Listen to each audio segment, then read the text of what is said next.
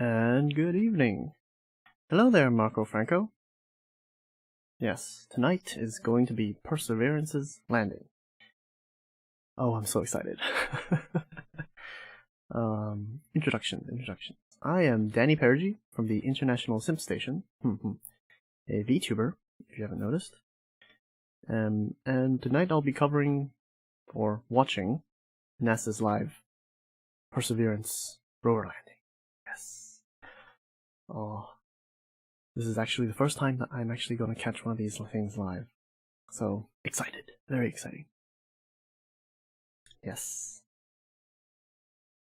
Oh, it is actually quite late in the night for me. Let me turn on the BGM for a second.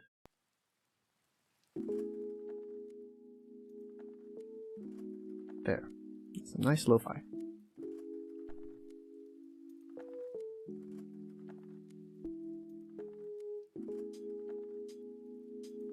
It's quiet late at night for me, which is usually the case for my streams, but today is especially late.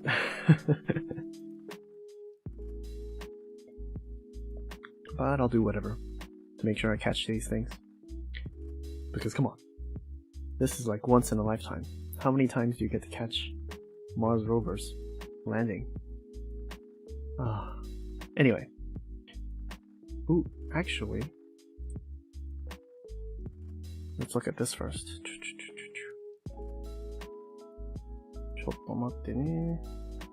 Notice how the little video on the bottom left is playing? Yes. That is the mission control. Let's see what it has to say. Ooh.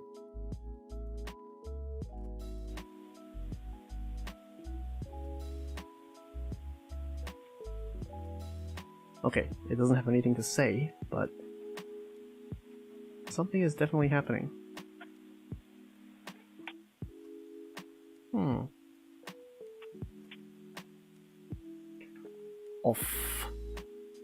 Oof. Yes, mission control is... This is the Jet Propulsion Lab. NASA's Jet Propulsion Lab mission control. And they apparently have satellites. I'm not exactly sure what this is. They have satellites in Madrid, the US. Is that Australia? Looks as nerdy as they'd expect us to. Oh wait, sorry.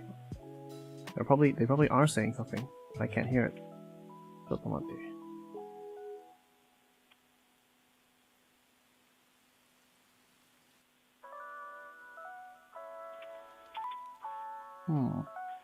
Flight EOTC voice check. Ah, okay. Yeah, they're saying something. Team Chief, I got you. 5x5, how do you read me? I read you the same, thank you. They're calling out some things. Let me turn the music volume even lower. All stations, we are step 190 in the procedure. We will perform our EDL health status poll. This should be an abbreviated poll. Let's start with systems. Flight systems is nominal. No changes since last poll. Systems is Flight go systems for are EDL normal. main. That's good. Copy. Prop. Prop is healthy and expected state. Prop is go for EDL main. Now, the thing about landing things on Mars, it's that there is a 11-minute delay. This time there's an 11-minute 22-second delay. So any signals that we send to the rover will have to take 11 minutes until we get any reply.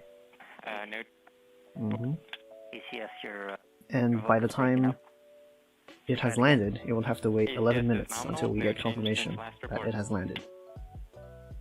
So that is how space works. Earth and Mars are really far away. Telecom. Flight telecom is nominal, no change since the last poll. We will, in a few minutes, be getting telemetry from locking up on the Goldstone stations of 14 and 25. Copy. Data management. Oh, look at all these smart Flight people. Data management is nominal, no change since last poll. We are go for EDL main. I've just realized that... Avionics. Flight avionics remains nominal. No change since the last poll. Go for EDL main. You know what, let me do this. Flight Flip them up software. here. Flight software. Flight This software is not the nominal. optimal way We to are do go. this. Let me change this over to this. Then watch this here.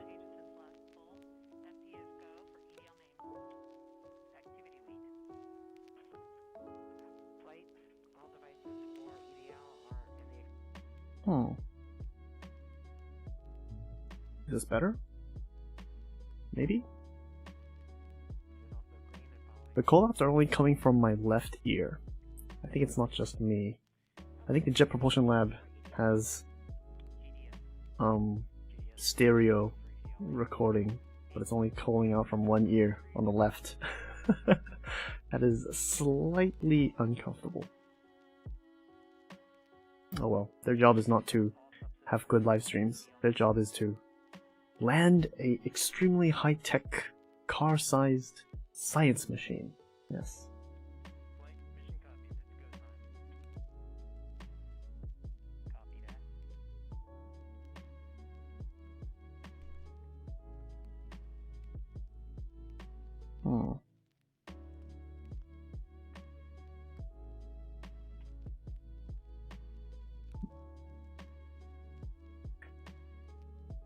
When is NASA hiring VTubers?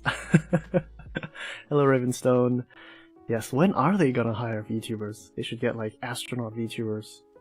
Cute anime girls on the International Space Station. Yes. For these streams, exactly. If you want international outreach and to increase the, popularity of space, making VTubers. Yes. Good idea indeed.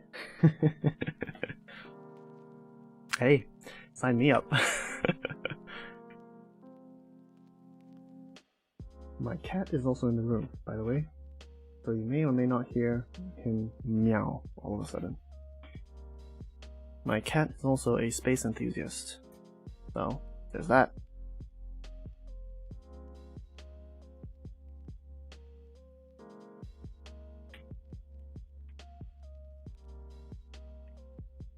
Hello, Agnes.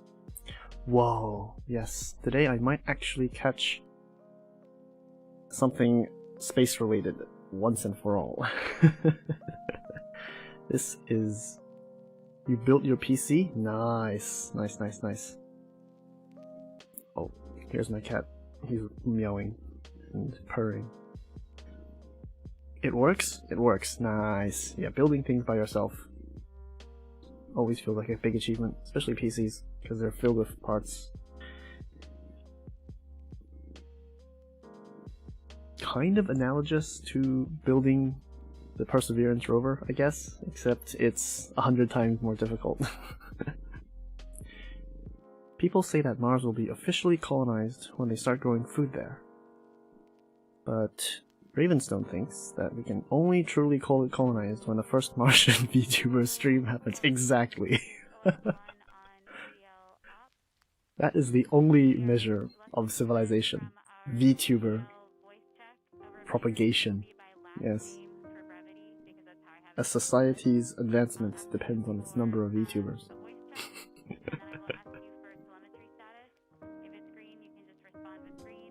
Actually, let me of that and what the plan Okay, is to sorry. work it. That was probably very loud.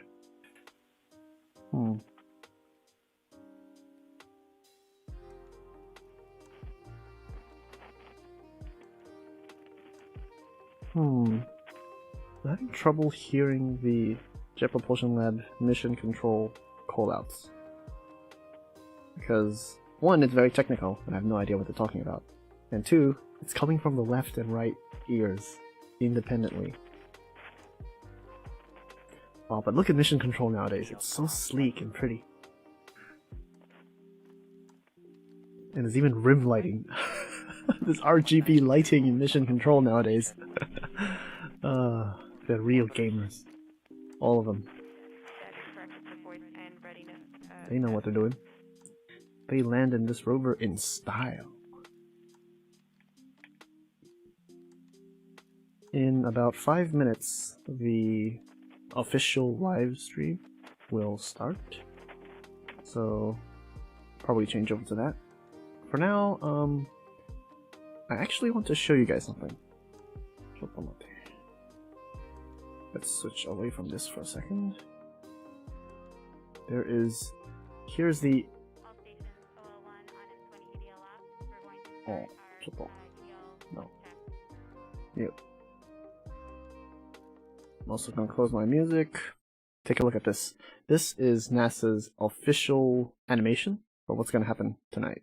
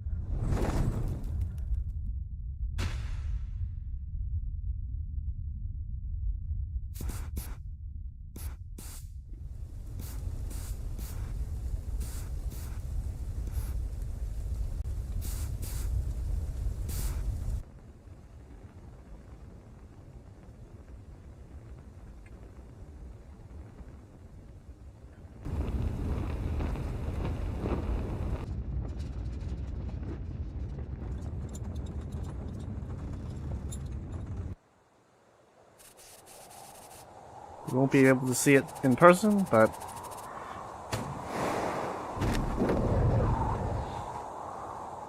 this is the closest we can get.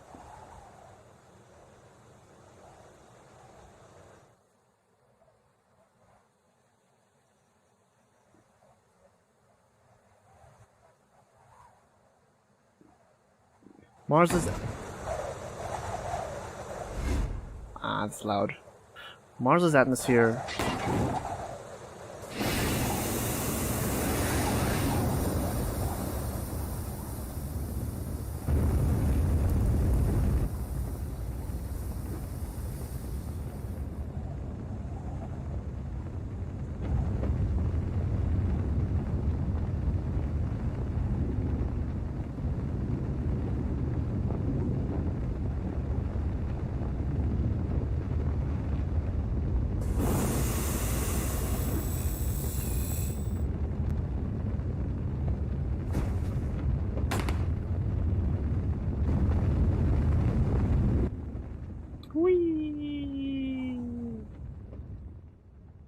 Goodbye, Sky Crane. Now, what happens to the Sky Crane? Probably just despawns. Serve this purpose. No, it actually crashes back onto the Martian surface. Unsentimentally.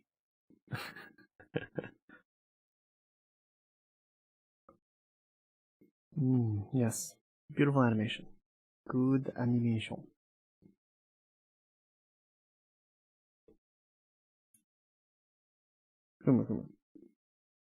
Perseverance. Mars 2020.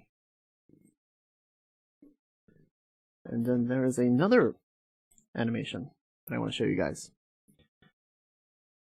This one, in my opinion, is much more cinematic.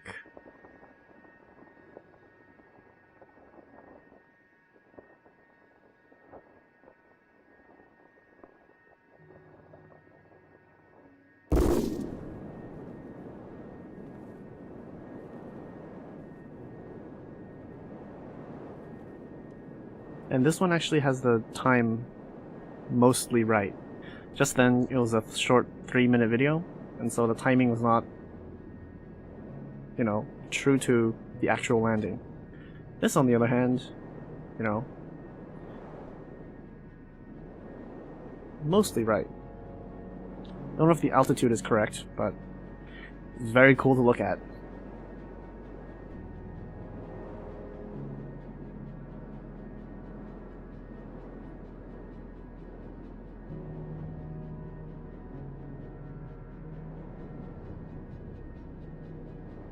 To those of you who just joined, this is not the actual landing. This is a animation, a 3D rendering, and it's very well done.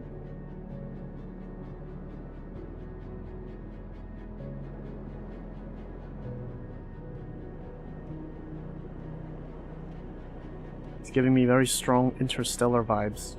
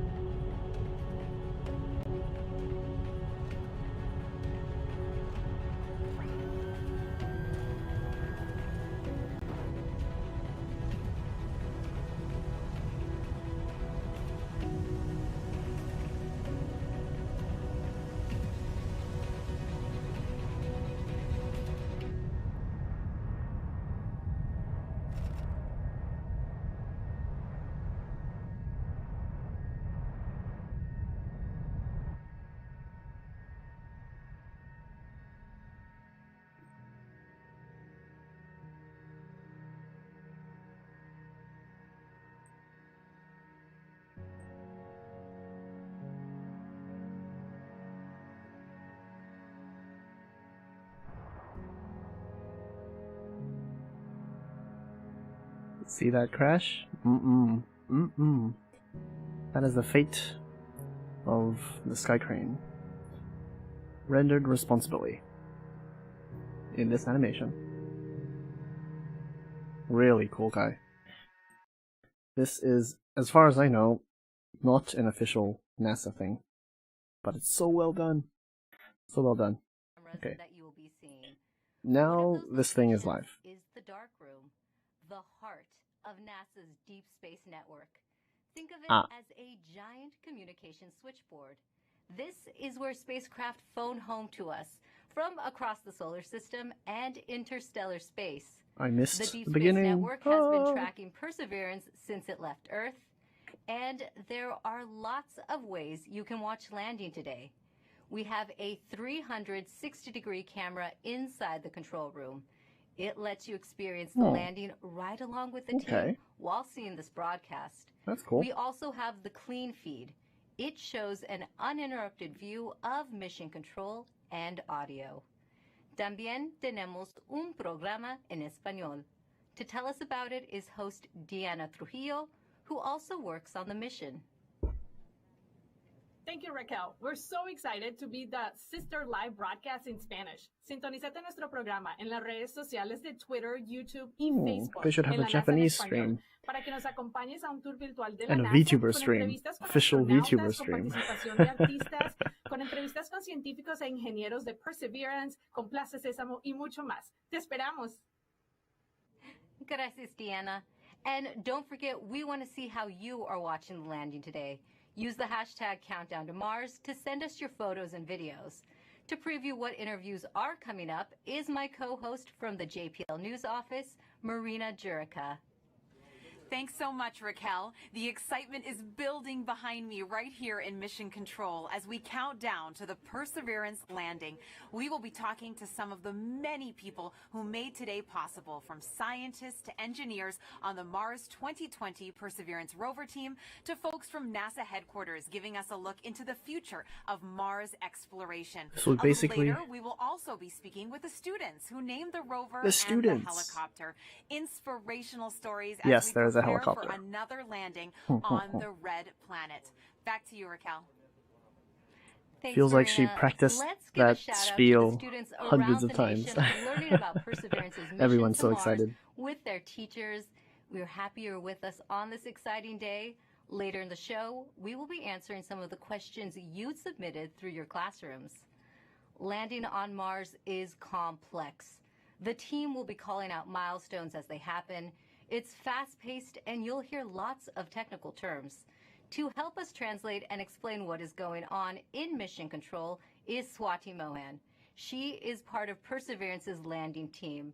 Thanks for guiding us through landing today, Swati. Hi, Raquel. I'm happy to be here today. So, Swati, what is the status of the Perseverance rover right now? So, Perseverance is still in space right now, about 9,000 miles from Mars. So far, she is healthy and on course. Apparently, her nickname is It takes time Percy. to send signals between Earth and Perseverance. Mars. Can you Percy. let us know how that affects the information Kawaii you're namae. seeing? So Mars is about 127 million miles from Earth right now. That means it takes about 11 minutes from light to travel from Mars to Earth. So all the information that we receive from Perseverance actually happened 11 minutes ago. So the round trip is 22 minutes for us to send a command to Perseverance and hear back on the ground that she's received that command. This is what we call two-way light time. That's good to know. And can you tell us who else is in the room with you right now? The operations team is split into two different areas. Here in the cruise mission support area, we have primarily the team that has been flying Perseverance from Earth to Mars. You'll see the placards with the roles of each of the people by their stations. And Some RGB. of the people you may hear talking today are the flight director, who is the conductor of our operations orchestra here, the entry, descent, and landing activity lead, who is a member of the landing team tasked with understanding the execution of entry, descent, and landing, and then also the telecommunications and entry, descent, and landing communications engineers who will be monitoring the signal from Perseverance through the different paths that we have. Upstairs, in what we call the war room, we have almost the entire entry, descent, and landing operations team. And then across the hall from them, we have the surface mission control room, where the surface operations team is ready and waiting to take over as soon as Perseverance's wheels touch the ground. And you have been part of this mission for years now. Can you tell us what have you been working on?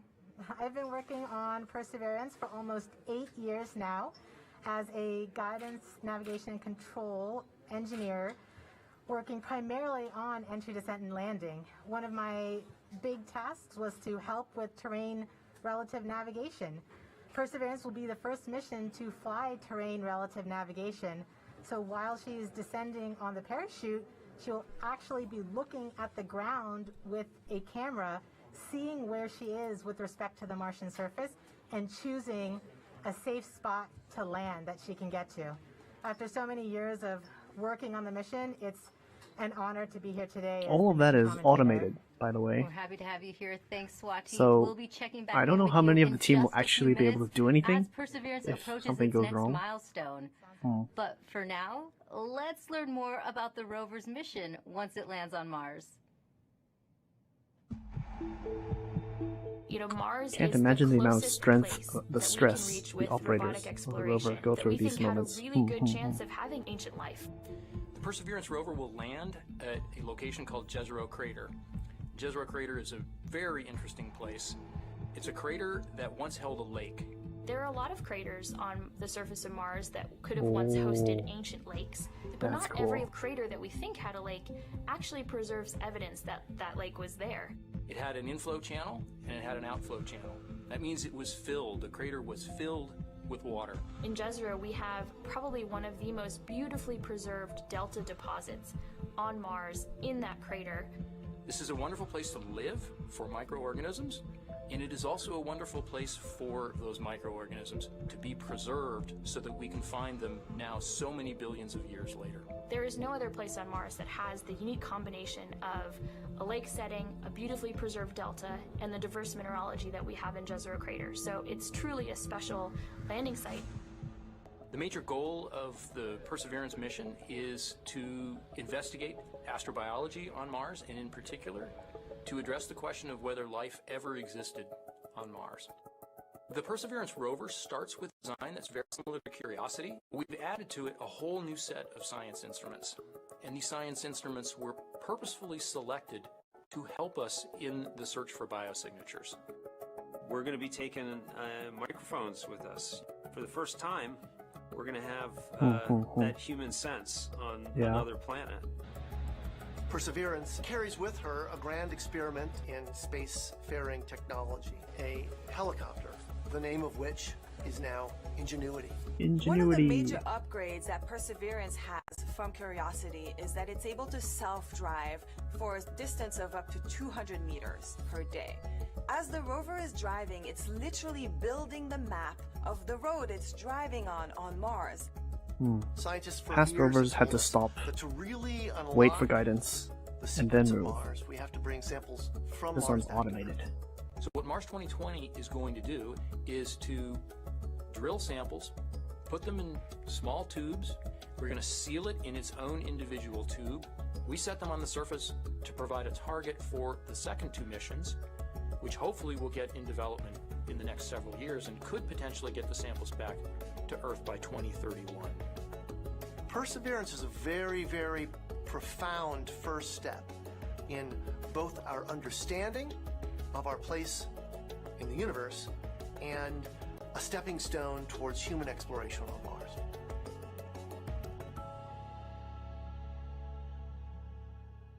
You are watching live Mars landing commentary, and Perseverance is about to reach another important milestone. Swati, can you tell us what is happening? We are at a milestone where the operations team determines whether they're ready to turn off the transmitter to Perseverance. Turning off the transmitter is like taking your hands off of the wheel. At this point forward, Perseverance would be on her own to execute entry, descent, and landing over 500,000 lines of code. Let's listen in.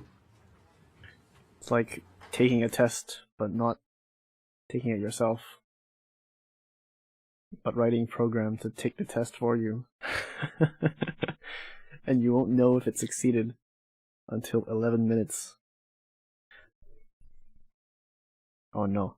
Why is there buffering? Don't know if it's my end. Anyway, I was wanting to speak anyway, because if they continuously provide commentary, there's no room for my own commentary. Go. Hey Bean! Hello, hello. Yes, today I'm finally gonna catch some space stuff. Go. Team Chief. Go. Ace. Go. Launch Cruise Phase Lead. Meow. Go. Deputy Mission. Go. EDL Phase Lead. Go. Mission Assurance. Mission Assurance is go. Chief Engineer. Chief is go. Project Manager. Project's go. Mission Manager. All stations are go for transmitter off. Copy flight, go for Transmitter off. transmitter off. Yep, they're handing it over to the rover now. It's all automated. And deemed Perseverance ready to execute entry, descent, and landing on her own. Bean is only interested in Tesla, As we Elon just heard, Musk, Perseverance is SpaceX. now operating on its own as it cruises closer to Mars.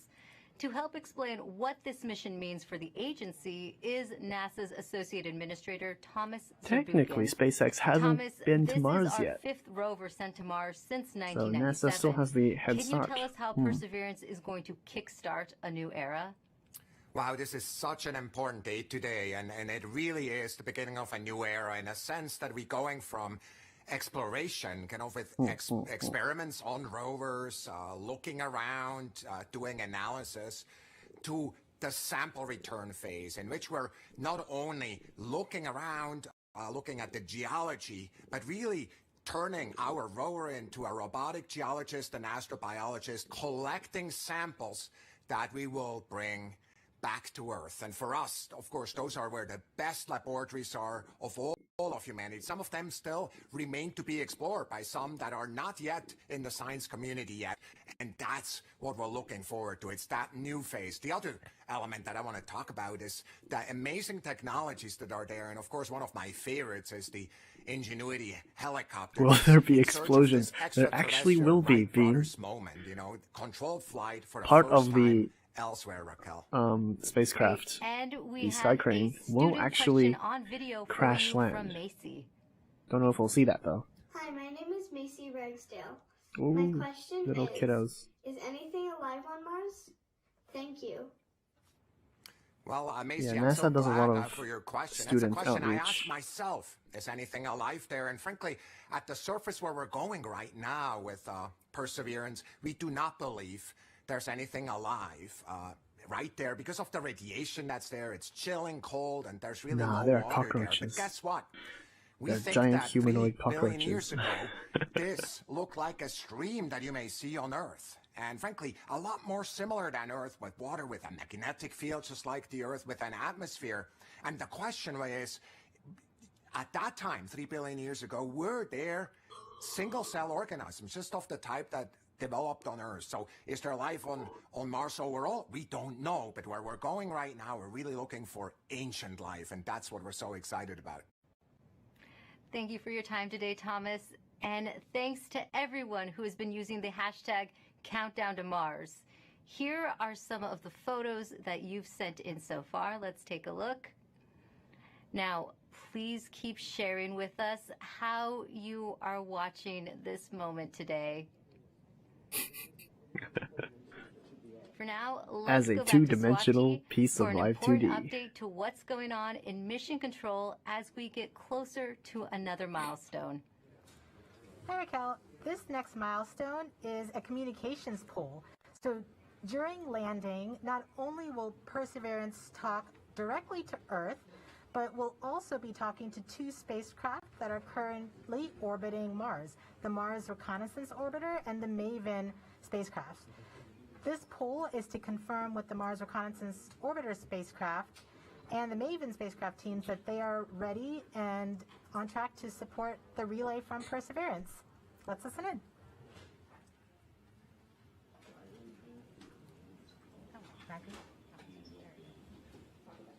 Yep, feel free to drop away and come back.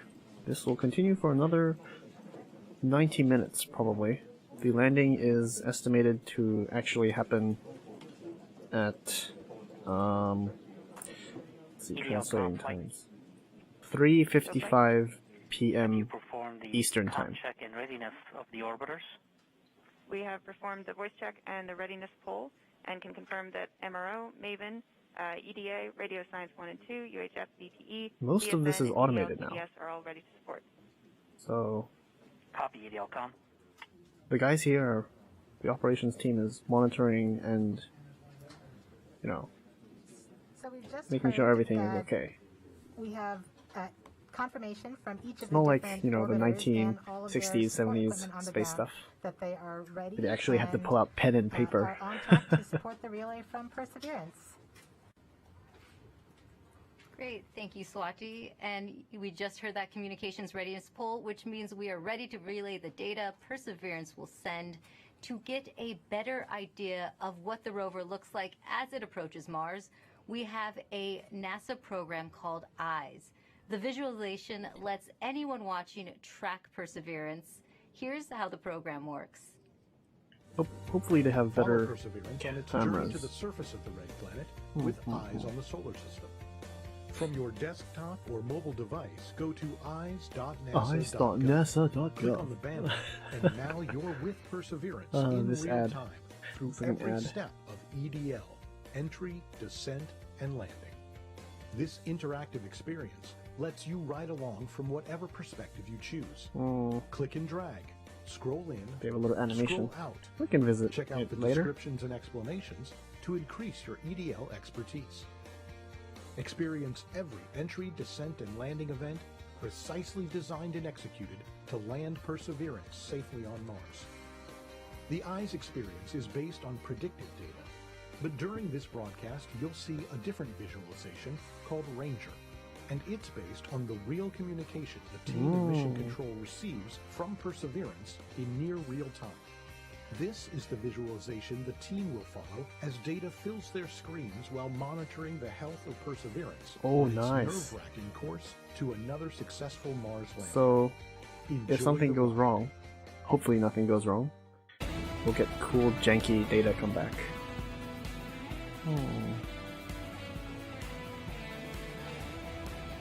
There are a lot of space fans who are like super nerds, and they also look at this data despite not being actual NASA employees. You are watching live Mars landing commentary. Stepping outside Mission Control to talk to us is Perseverance system engineer Matt Smith. Thanks for joining us today, Matt. Hey, Raquel. Well, coming from Mission Control, we are going to hear terms related to landing. Can you help us understand what some of them mean? Sure, definitely.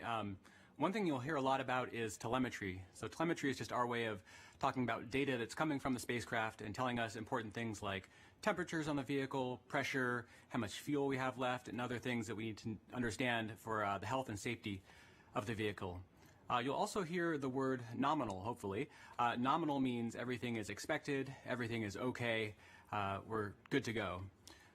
You'll hear also a lot about velocity and deceleration. So velocity is just our speed combined with the direction we're going, and deceleration is our slowing velocity. So we're coming in at over 12,000 miles per hour, and we're going to slow down to a nice, comfortable 2 miles per hour at landing, and that's our deceleration. Speaking of landing, you may hear a couple important terms at landing itself. One is RIMU stable. So the RIMU is a device on the rover that measures the rover's orientation and whether it's moving. So we want a nice, stable landing spot without any motion.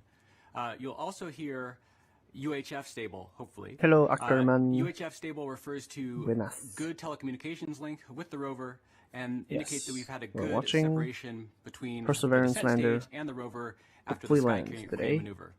Finally, you may also hear Tango Delta nominal or touchdown nominal. That means we've touched down on the surface of Mars within the expected range of safe landing speeds. Thanks for that breakdown. Now, this is your Is that first abbreviation Mars mission. really necessary? What have you learned from this experience?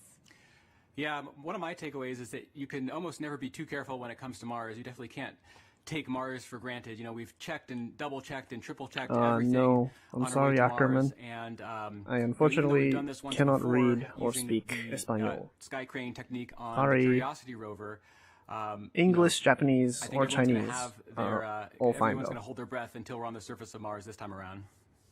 So And unfortunately, we have a I social do media not question fill coming in. Nor the the Door niche on Instagram asks, how complicated of is the Espanol automated VTuber. landing sequence, and who wrote the code? Yeah, it's quite complicated. The automated landing software needs to do literally hundreds of things all on its own, just right with sub-second timing accuracy. And it's the result of many hundreds of people over many years, stretching all the way back to Curiosity and then improved for the Perseverance landing today at Jezero Crater. Great. Thanks for your time today, Matt, and good luck. Thanks. Now, landing on Mars is hard. Landing on Mars during a pandemic is even harder. The team behind the Perseverance rover faced one of its biggest challenges when the coronavirus pandemic struck. Here's how they kept the mission going. Oh wow, these videos. They're like public safety When announcements. the pandemic struck, The future was certainly unknown. It was like walking into a blind, dark alley. You didn't know what was there, what was in front of you, what you were going to have to deal with. And there's a shot of a lonely table. Nobody could plan for. Aww. We all were asked to start working from home. Rather than your first priority being mission success and getting to the launch pad, your first priority immediately gets displaced, and it's now the safety of the people. And it took a lot of work to put stuff together in order to keep momentum going, to keep people working safely, keep them healthy, and to keep the project on schedule. We called the effort Mars 2020 Safe at Work, and the objective was to keep the team as safe or safer than they would be if they were not working. These guys are putting scientists. a spacecraft together that's going to Mars, They know how and not pandemics making work. a mistake, it's hard no matter what. Trying to do it during the middle of a pandemic, it's a lot harder. Look at how well protected they are. No, that's for cleanliness, not actually for the pandemic. Launching the next generation of robotic explorers to the Red Planet. Oh, look at that beautiful never done something phallic like this rocket. before, trying to lead a team that's flying a spacecraft on the way to Mars while getting ready for landing, while doing it all from home. There's no doubt that working in isolation, not virtual isolation, but in physical isolation from everyone else, is a challenge. That's We not had to Zoom. rethink and redesign what it meant to operate a spacecraft in flight when we couldn't all be in the same room in mission control, seeing the data come down from Perseverance. It was a major change going to that, looking at everyone on a screen instead of in person. Because of the pandemic, you can't, just pop over your cubicle wall and talk to the person next to you. It's definitely been a challenge to figure out how to communicate and get everything done remotely, but we've managed to make it work. We are explorers. Our job is to go into the unknown, and this is just another example of the unknown. We're really doing something that's transformative. Rover is really and trying big. to understand It's not like a whether little or not toy. life evolved It's on car another size. planet. That's the fundamental objective of this mission. We're all still connected by this incredible mission and this wonderful team that we have the opportunity to be a part of. So that keeps at least me going. Pretty much everybody that I've talked to that's associated with the mission has said the same thing, which is you could not have come up with a better name than Perseverance. It's an amazing serendipity that we get to persevere through working on Perseverance.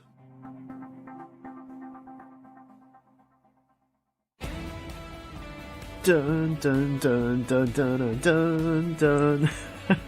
They're really trying to keep this interesting for the folks at home.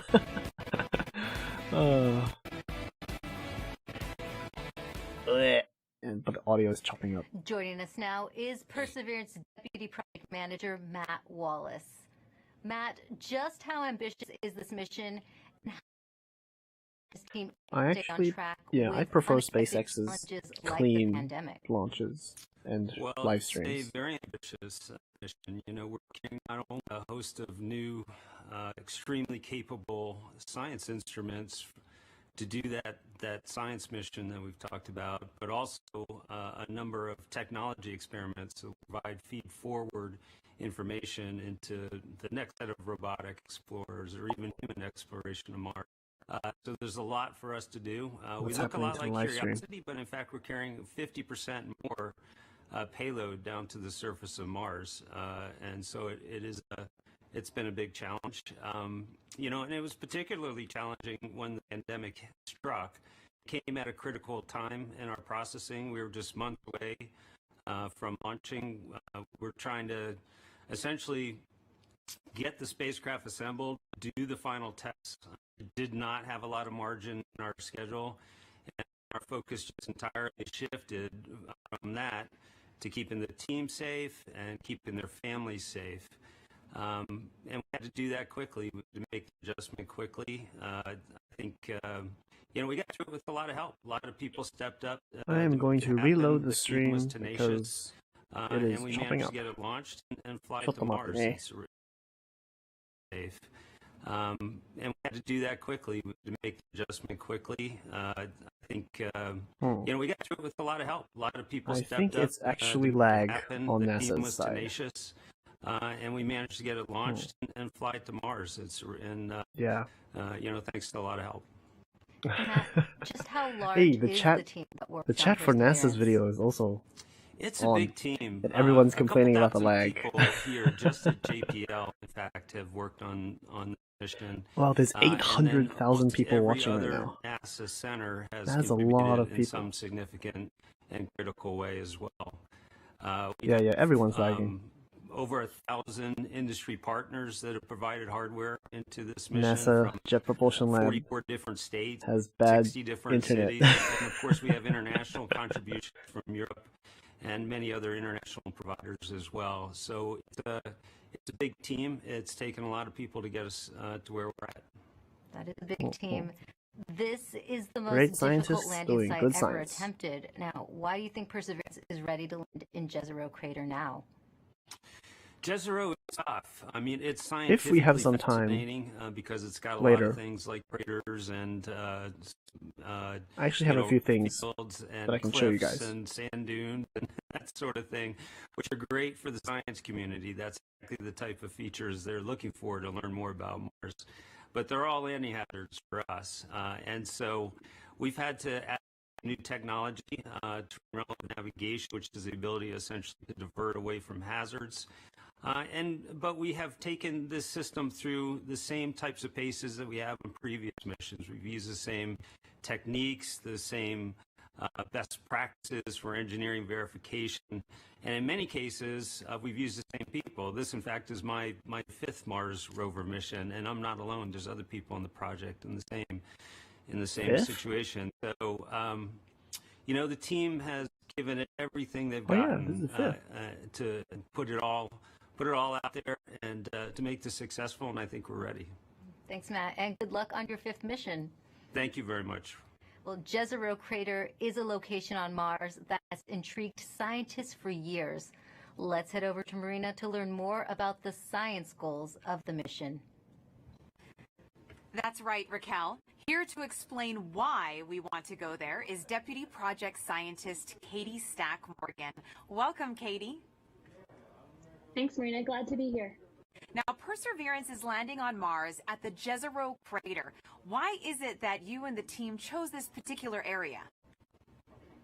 Yeah, so scientists believe Jezero Crater is one of the best places on Mars and possibly the entire solar system to look for signs of ancient life. Jezero contained an ancient lake What and has about within it one of the Europa? best preserved ancient delta deposits on the surface of Mars. And deltas form when a river enters a relatively open body of water, like an impact crater, and deposits the sediment that it's carrying into the lake. And we know based on studies of deltas and lakes here on Earth that they're great places to concentrate and preserve organics and support microbial life. We're also excited because Jezero exposes rocks that are between 3.5 to more than 4 billion years old and represent a variety of different geological processes. Now, this might be a tough choice, but what do you think would be the most rewarding scientific discovery that we expect to get from this mission? Yes, hands down, I think the most rewarding discovery I think we can make with Perseverance would be finding a truly compelling ancient biosignature on Mars. The rocks in and around Jezero Crater record a period of time when life first arose in the solar system, and we have the opportunity with Perseverance to study the evolution of the planet from a once habitable world likely capable of supporting ancient life to the cold, barren planet we know Mars is today.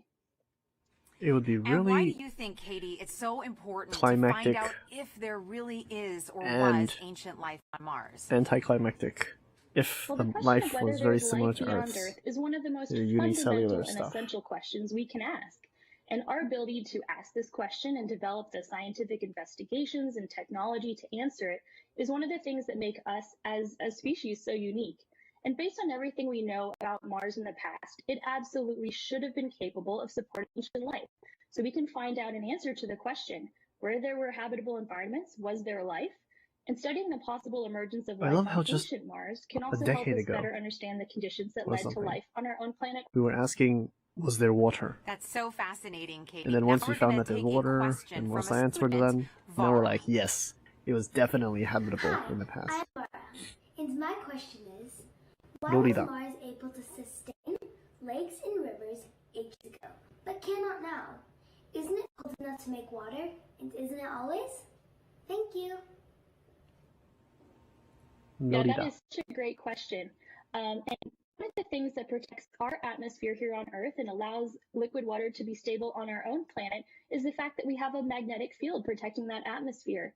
We think that Mars lost its magnetic field way back billions of years ago and left the atmosphere exposed to things like solar winds and cosmic rays that basically blew that atmosphere away. And once that happened, liquid water wasn't stable on the surface of Mars anymore. It was too cold and the pressure was too low. I've So actually now Mars is not capable of supporting liquid was water. preparing and to is go not through capable of Wikipedia supporting life at its surface. and talk about all this. Well, thank you so much, apparently Tavara, they're for doing that it. great question. And a big shout out to all the kids And I that don't are have to. watching out there today. And thank you so much to you, Katie, for joining us. That was so great. Thank you. Now sending it back over to you, Raquel. Thanks, Marina. Earlier, we were able to catch up with the communication systems engineer, Chloe Sakier. She helps us break down the system used to track Perseverance during landing. The communications infrastructure supporting Perseverance's landing is quite complex. We've rallied a truly global network of relay and communications assets to help us capture and record those precious minutes of entry, descent, and landing, or EDL. We receive a stream of engineering telemetry via these communication assets that helps us see and understand exactly what's happening. Perseverance sends direct-to-Earth X-band tones, each of which provides us with indications of critical entry, descent, and landing events. During entry, descent, and landing, we have 2 Mars orbiters listening for the ultra-high frequency, or UHF, signals from Perseverance. These orbiters relay these signals to deep space network stations on Earth, Madrid in Spain, and Goldstone in California. The Mars Reconnaissance Orbiter, or MRO, has reconfigured its software to perform a type of relay called bent pipe. This will provide us with near real-time telemetry during entry, descent, and landing. We have coverage from the Mars Reconnaissance Orbiter from just before entry to a few minutes after landing. Real time. The telemetry we receive will As be in delayed by the time it takes light to travel 11 from minutes. Mars to us back on Earth. Additionally, the Mars Atmosphere and Volatile Evolution spacecraft, or MAVEN, is recording these UHF signals and will be relaying that recording hours after landing. MAVEN will be covering us from around the time of cruise stage separation until a few minutes after landing. We also receive what we call heartbeat tones, which are indications that the spacecraft is alive and progressing throughout entry, descent, and landing. It's important to note that while unexpected, we could lose our communication links and still land safely. Because Perseverance is doing entry, descent, and landing completely autonomously, she doesn't need our help to joystick the landing. The communication links give us added visibility. And you can see Chloe hard at work inside Mission Control right now. Perseverance's landing might look like the system the Curiosity rover used back in 2012. But landing on Mars is difficult. There's always a risk involved. Here's what needs to happen for Perseverance to touch down safely in Jezero Crater. Nothing can be taken for granted when you get to Mars. There's a lot of things we just don't know. Space always has a way of throwing us curveballs and surprising us. I mean, until we get the data that says we're on the ground safely, I'm going to be worried that we're not going to make it. This reminds me of the documentaries that I've watched. Is often referred to as the as 7 a minutes kid. of terror. Because Discovery it takes Channel. about 7 minutes to get from the top of the atmosphere of Mars to the ground safely. The spacecraft has to do all of this by itself. There are many things that have to go right to get Perseverance onto the ground safely.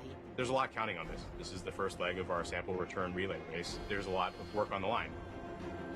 Starting about 10 minutes before atmospheric entry, we get rid of really the spacecraft part of the rover that's been supporting us. We come That screaming dramatic into music. the Martian atmosphere at Dun, dun, dun, 12 dun, to dun, dun, dun, dun. 13,000 miles per hour. And the heat shield is what dissipates all that initial energy through friction. The vehicle will continue actually flying itself through the atmosphere. It's sort of like a transforming vehicle that went from a spacecraft, and now it's kind of like an aircraft actively guiding itself. When we're going slow enough, we deploy a parachute. It's the biggest supersonic parachute we've ever sent to another planet. It's critical for slowing down the vehicle. Perseverance's entry, descent, and landing borrows heavily from that of Curiosity. But fundamentally, Perseverance is a different rover. She's bigger, she has different instruments. We've added a lot of smarts on the inside to make it more capable so that it can deal with the landing site that we've given. The science team identified Jezero Crater as basically an ancient lake bed and one of the most promising places to look for evidence of ancient microbial life and to collect samples for future return to Earth. The problem is it's a much more hazardous place to land. When you look at Jezero, all you see is danger. How do we go to a site that we never thought was safe enough to go to before? So the heat shield, which has protected us all the way through entry, is no longer necessary. We need to get that off so that we can actually see the ground. And we can see the ground in a couple different ways.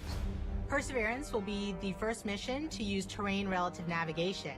So while it's descending on the parachute, it will actually be taking images of the surface of Mars and determining where to go based on what it sees. This is finally like landing with your eyes open. Having this new technology really allows Perseverance to land in much more challenging terrain than Curiosity or any previous Mars mission could. Amongst the rocks and the craters and the cliffs, these things are hazardous to the rover, but these are the things that are interesting to the scientists. Once Perseverance has figured out where she is, we jettison the back shell and parachute and light up our rockets. Those rockets this would be really cool to a safe landing to recreate a Kerbal Space Program. That descent stage takes us all the way down to about 20 meters off the ground. That's when we start the sky cannon. Once the rover has hit the ground, the descent stage will cut loose from the rover and fly away to a safe distance. Surviving that 7 minutes and is really explode. Just the beginning of Perseverance. Its job, right, being the first leg of sample They don't return talk to about go how look for those Skycrane signs has of to past life on sacrifice Mars. itself. All that can't start Aww. until we get Perseverance safely to the ground. And then that's when the real mission begins.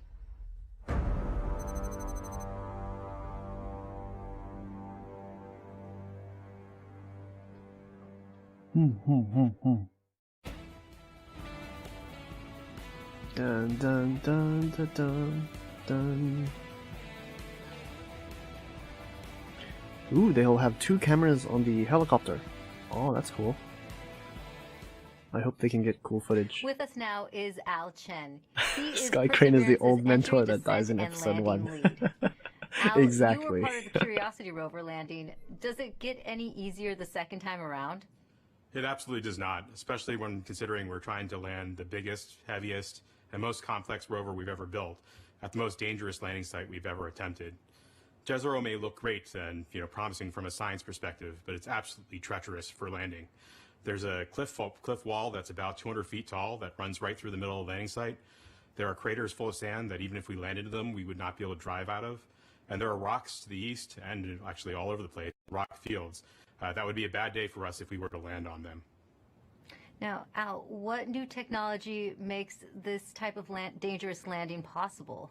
Perseverance is carrying 2 new technologies that are really kind of under the hood smarts that are allowing us to land at this treacherous landing site.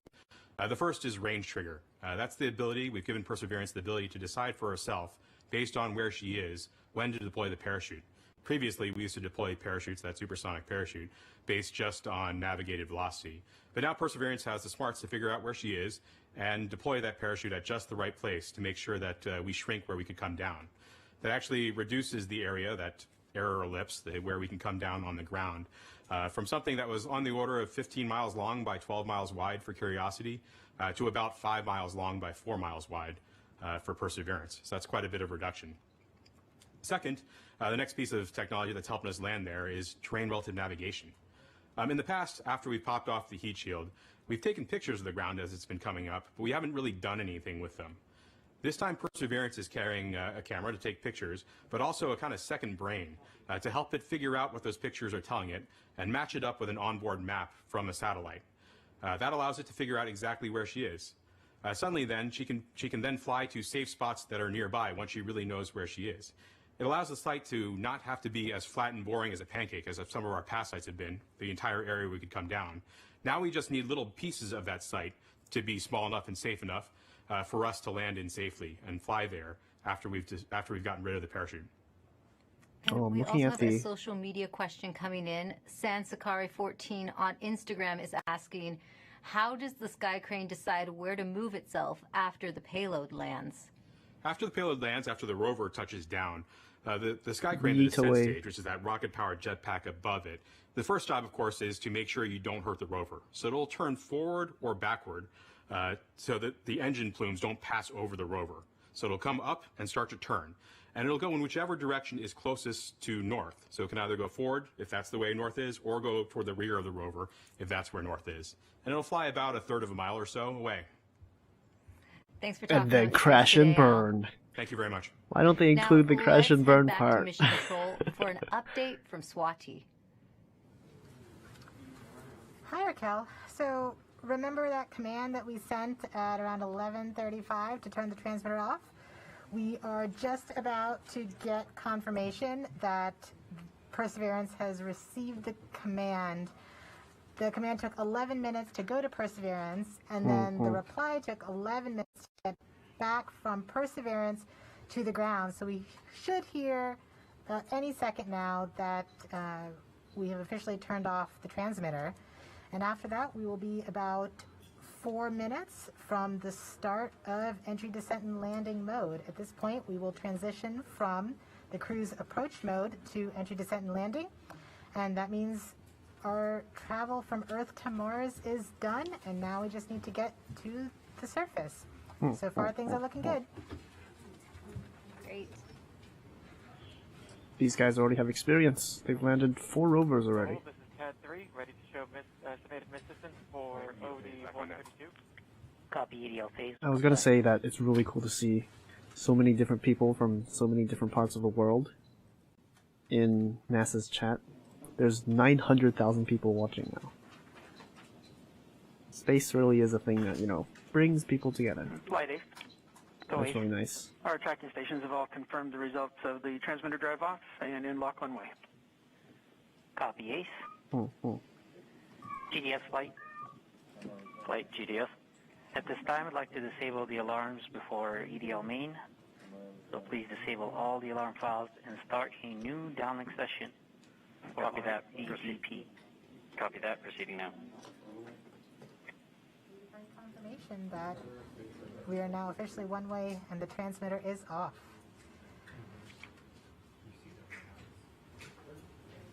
I'm actually very excited. Has helped shape the other, starting with the landing of the Pathfinder more than 20 years ago, leading up to where we are today with Perseverance. Perseverance Deputy Project Manager Jennifer Trosper has worked on every Mars rover mission, and she joins us now. Jennifer, how does Perseverance fit into the history of exploring Mars? Thanks, Raquel. It's great to be here.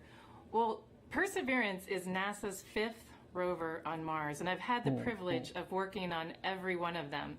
And the very first rover was the Sojourner rover we sent in 1997, and it was the size of a microwave oven. And even at that small size, Sojourner was able to transform the way that we explore Mars, from stationary landers to small roving robots that go from place to place, just like a geologist would on Earth. So once we had that roving capability, then we sent our twin rovers Spirit and Opportunity. Spirit and Opportunity were tasked with finding evidence of ancient water on Mars. Now they did. They're great explorers, and both of them found ample evidence that water had once existed on the surface of Mars. But we had a question. Another question then was Mars ever habitable if water had been there? And that's when we sent Curiosity. Now Curiosity was a major upgrade to our rover fleet. She's the size of a small car. She landed with the Sky Crane system instead of airbags. And she also carries along her own sample analytics lab, and she's still operating today. And during her exploration, she has found evidence of a habitable environment in an ancient lake bed on Mars. So now we're sending Perseverance. Perseverance is tasked with answering the question and looking for evidence of ancient microbial life on Mars. And in order to do this, she has to be the smartest and most capable rover we've ever sent. Speaking of Perseverance, can you tell us more about how Perseverance is smarter than its predecessors? Yes, we've made a lot of upgrades to help her along with the surface mission. One of them is for her autonomous traverse capability. When I say autonomous traverse, I mean we tell her where we want her to end up, and she has to figure out the safe and best way to get there. In order to do that, she uses her cameras, algorithms, a computer. So we've given her another computer, we've upgraded the cameras, and we've upgraded the algorithms. Now she drives 3 times as fast as Curiosity could drive in this autonomous traverse mode. In fact, her average daily distance for driving, about 200 meters, is close to the maximum distance any rover has ever driven in a day on Mars. So she's fast. Another thing that we've done, which is the most significant upgrade that we've made, is the sample caching system itself. Curiosity has a robotic arm, like Perseverance has a robotic arm, but on the end of Perseverance's robotic arm is a coring drill that will go and take rock cores, transfer them into sample tubes and into the rover, where another robotic arm will take those tubes, will seal them and store them, and eventually drop them on the surface of Mars for future return to Earth. Great. And we also have a social media question about Perseverance.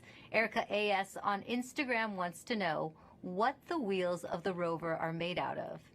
Great question. Well, you may think we make them out of some material you've never heard of.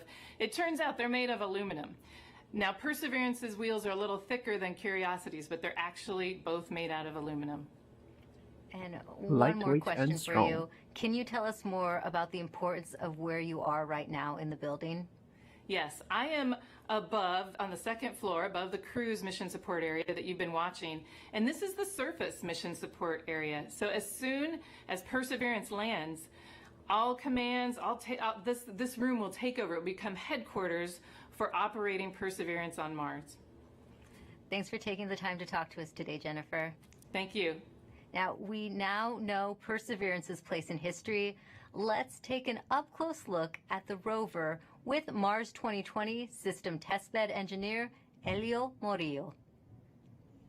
Thank you, Raquel. I'm standing in front of the Mars 2020 Perseverance scaled model. Cool. As you can tell, this vehicle is about the size of a Mini Cooper.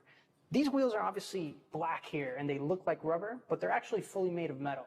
These wheels are designed to allow us to climb over obstacles and, of course, climb over hills and minimize the amount of slipping once we're traversing on the surface of Mars. Here in the front of the rover, we have the sample caching system. And of course, at the very front end of this is the robotic arm, which this entire system is arguably the most complex robotic system we've ever sent outside of Earth. Here at the tip of the arm, we have a turret which contains a suite of instruments along with some drills and coring capabilities that will allow us to do contact science once we get to the surface of Mars. Not only that, this robotic system is equipped to collect samples about the size of a piece of chalk that then eventually will be stored inside of the vehicle and dropped off in a later location so that an eventual mission can go and return these samples to Earth, something we've never done in the past. So basically, it's going to poop out samples. Sensing maps. Something of note is that this mechanism is going to be stowed upon the touchdown on the surface of Mars. And one of the first critical activities we do is deploy this mechanism. This mechanism includes several cameras that are going to give us some of the most breathtaking images we've ever taken on Mars. All I want to know we have some lasers as well as a spectrometer is how good the selfie camera is. Here you see some of these extrusions that are part of a larger weather suite of instruments that will allow us to characterize the local climate around Perseverance. So that's a quick tour of the rover, but I got to get back to work. So back to you.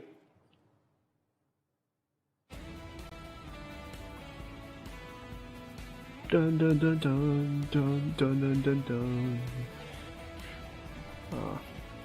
Epic Discovery Channel music. Ooh.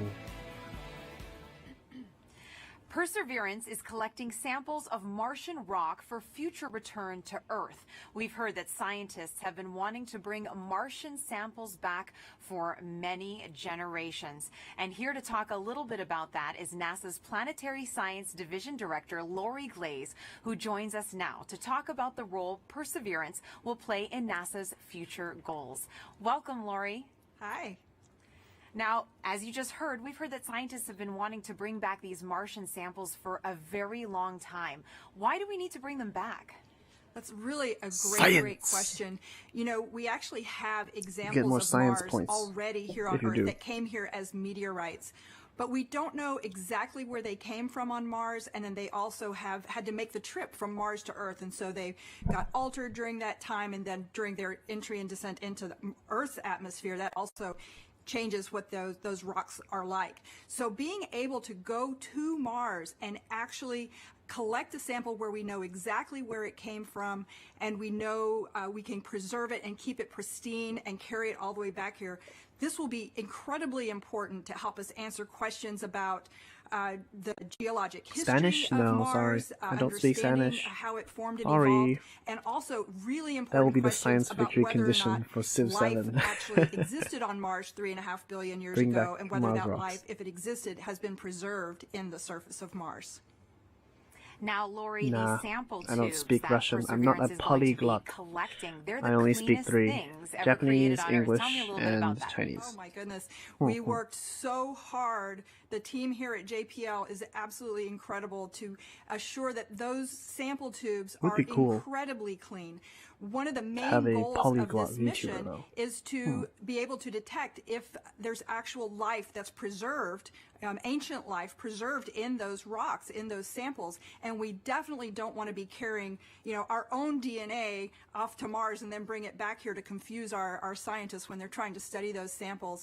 So it is an incredibly clean set of equipment that's been sent there. As you said, the cleanest thing we've ever sent into space.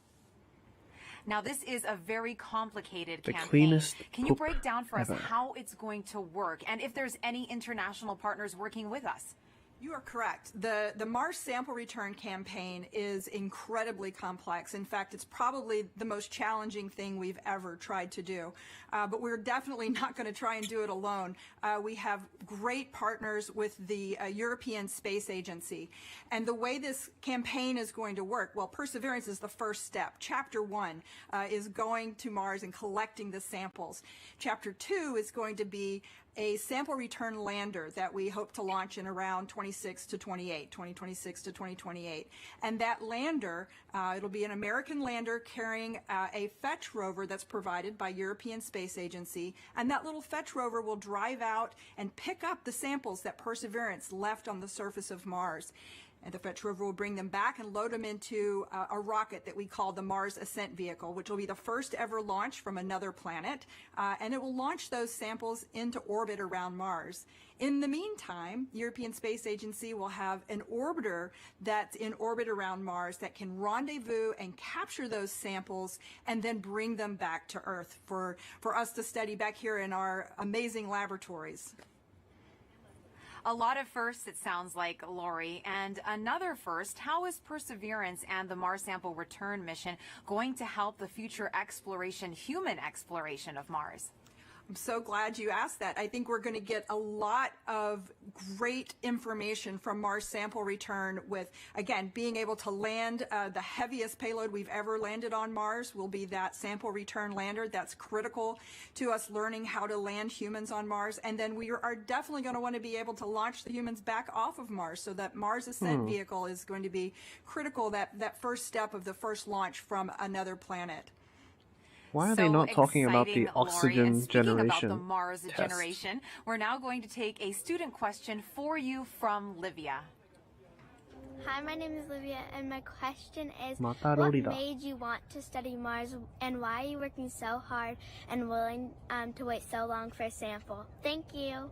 なんで全部女の子? Oh, Olivia, that is such Why is a it all great little question. girls?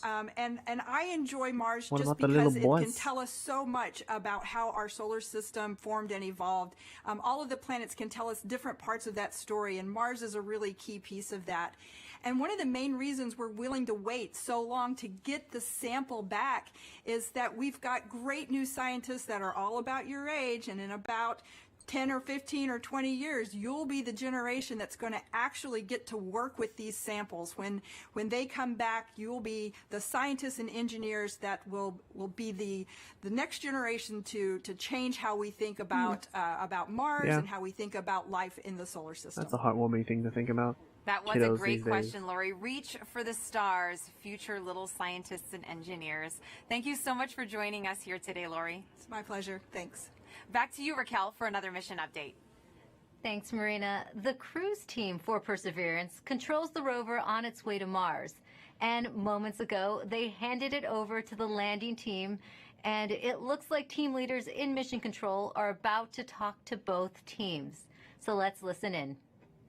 The CBM change, as I mentioned previously, is to the EDL reserve two-way non-coherent row. Activity. Copy flight. EDL phase, go ahead.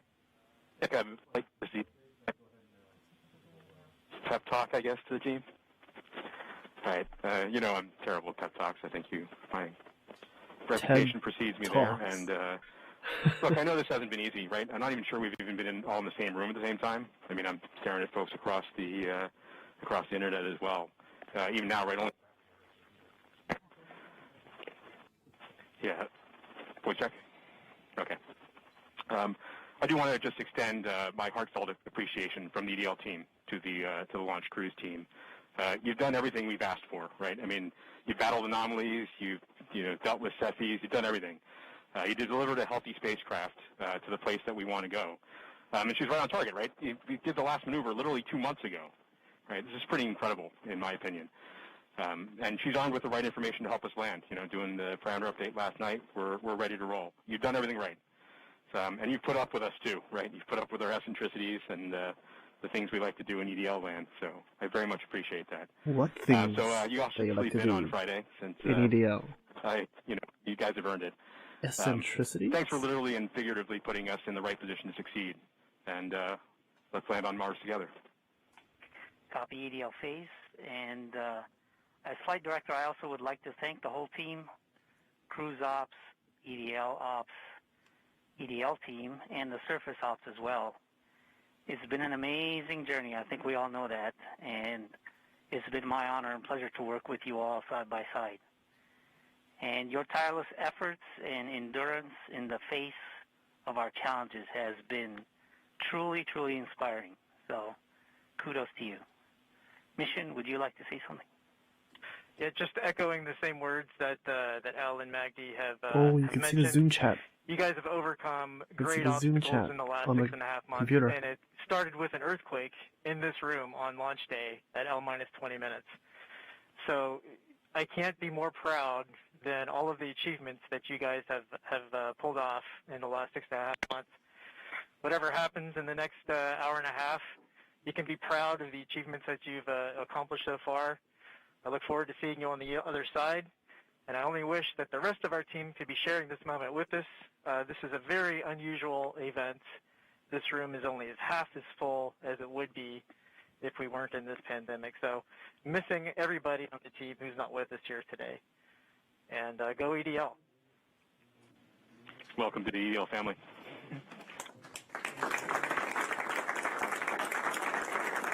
Hello, Nue. Hello. Welcome. Come get And comfy. with that, Godspeed Perseverance. We're just in time for the landing. It will happen in about All right, activity. 30 minutes. Go ahead and continue the report. 40 minutes. We've since completed the EDL start anchor. You didn't As expect I was me to mentioning, be streaming we changed our CBM row in the to early EDL morning. two-way Haha. coherent. That row reinforces our CBM windows disabled, keeps our packetization on, it turns off our ranging and switches to the auxiliary oscillator. We have also started our real-time data product and reinforced Medley on. At this time, we just heard Perseverance team leaders Basically thank the just a cruise team watch-along for their where work I in guiding the rover to Mars. occasionally Now, did you know comment. the rover name and Mars helicopter name came from students? Well, a couple weeks ago, Marina was able to catch up with them. Thanks, Raquel. Earlier this year, NASA and our partners held a nationwide essay contest to name our Mars rover. Alex Mather, a 7th grader from Springfield, Virginia, submitted the winning essay that was selected by NASA from a field of more than 28,000 entries from K through 12 students in every state in the U.S. Vanessa Rupani's essay for Ingenuity was so compelling, NASA thought it would be the perfect name for the history-making helicopter, a technology demonstration carried aboard the Perseverance rover. Alex and Vanessa join us now. Welcome, you guys. Hello, space nerds.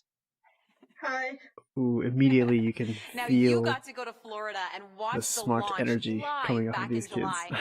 Alex, what were you feeling as you saw that rocket launch into the sky? Space nerds assemble. I read a log of books written by astronauts, and every single one of them always talks about the raw power behind the space launch.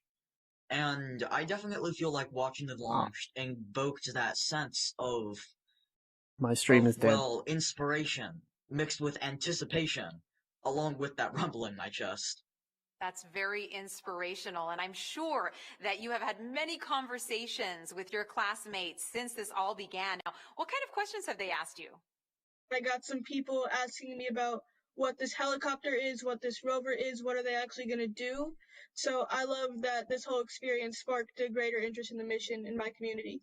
Why do you think it's so important for kids to be inspired by space exploration? Because space is the future, and kids are the future. Learning about space and watching the story of humanity spread to the stars happen is watching the future happen and seeing history unfold.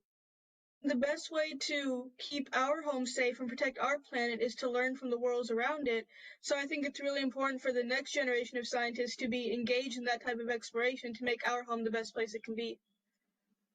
Now, speaking of the future, what has your life been like since naming the rover and helicopter? Has it sparked any future aspirations for the two of you?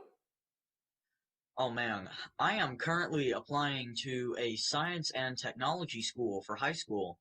I'm hoping for a NASA internship sometime along the way, with my ultimate goal being to join the incredible team of scientists and engineers who are about to make this happen. This whole experience has definitely shown me that I want to go into the space industry. I came home from Florida, did all my college applications, and checked aerospace engineering on all the boxes. I mean, the whole time we were there, I was thinking, why would anyone want to do anything else?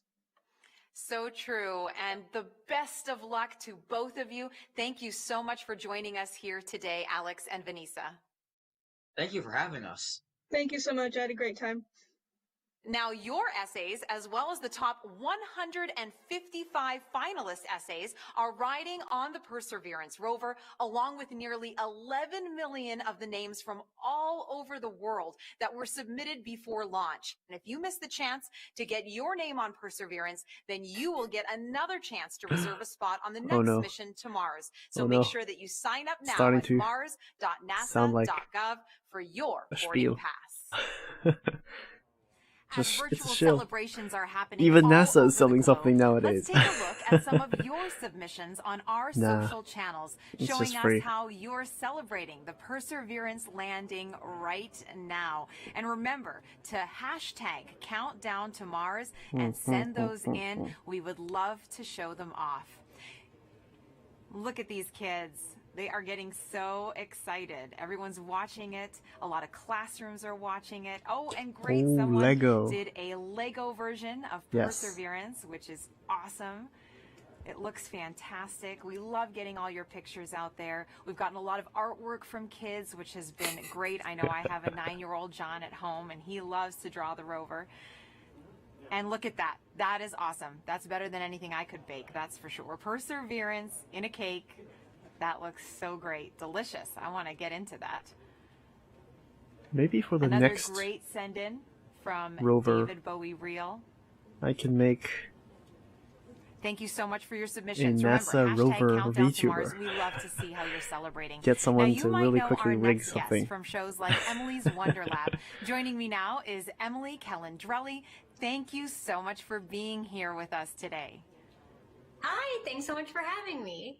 Now, you are very passionate about getting kids interested What is the in Raid science and Shadow space Legend exploration. plug? Why do you think kids are so excited about space? Raid Shadow Legend. Well, I know the reason I'm excited You about can space, play and it I think even it's on the Mars. same reason that many others are excited about space, and it's that the people in the space industry work to answer two of the biggest questions that humans have ever asked.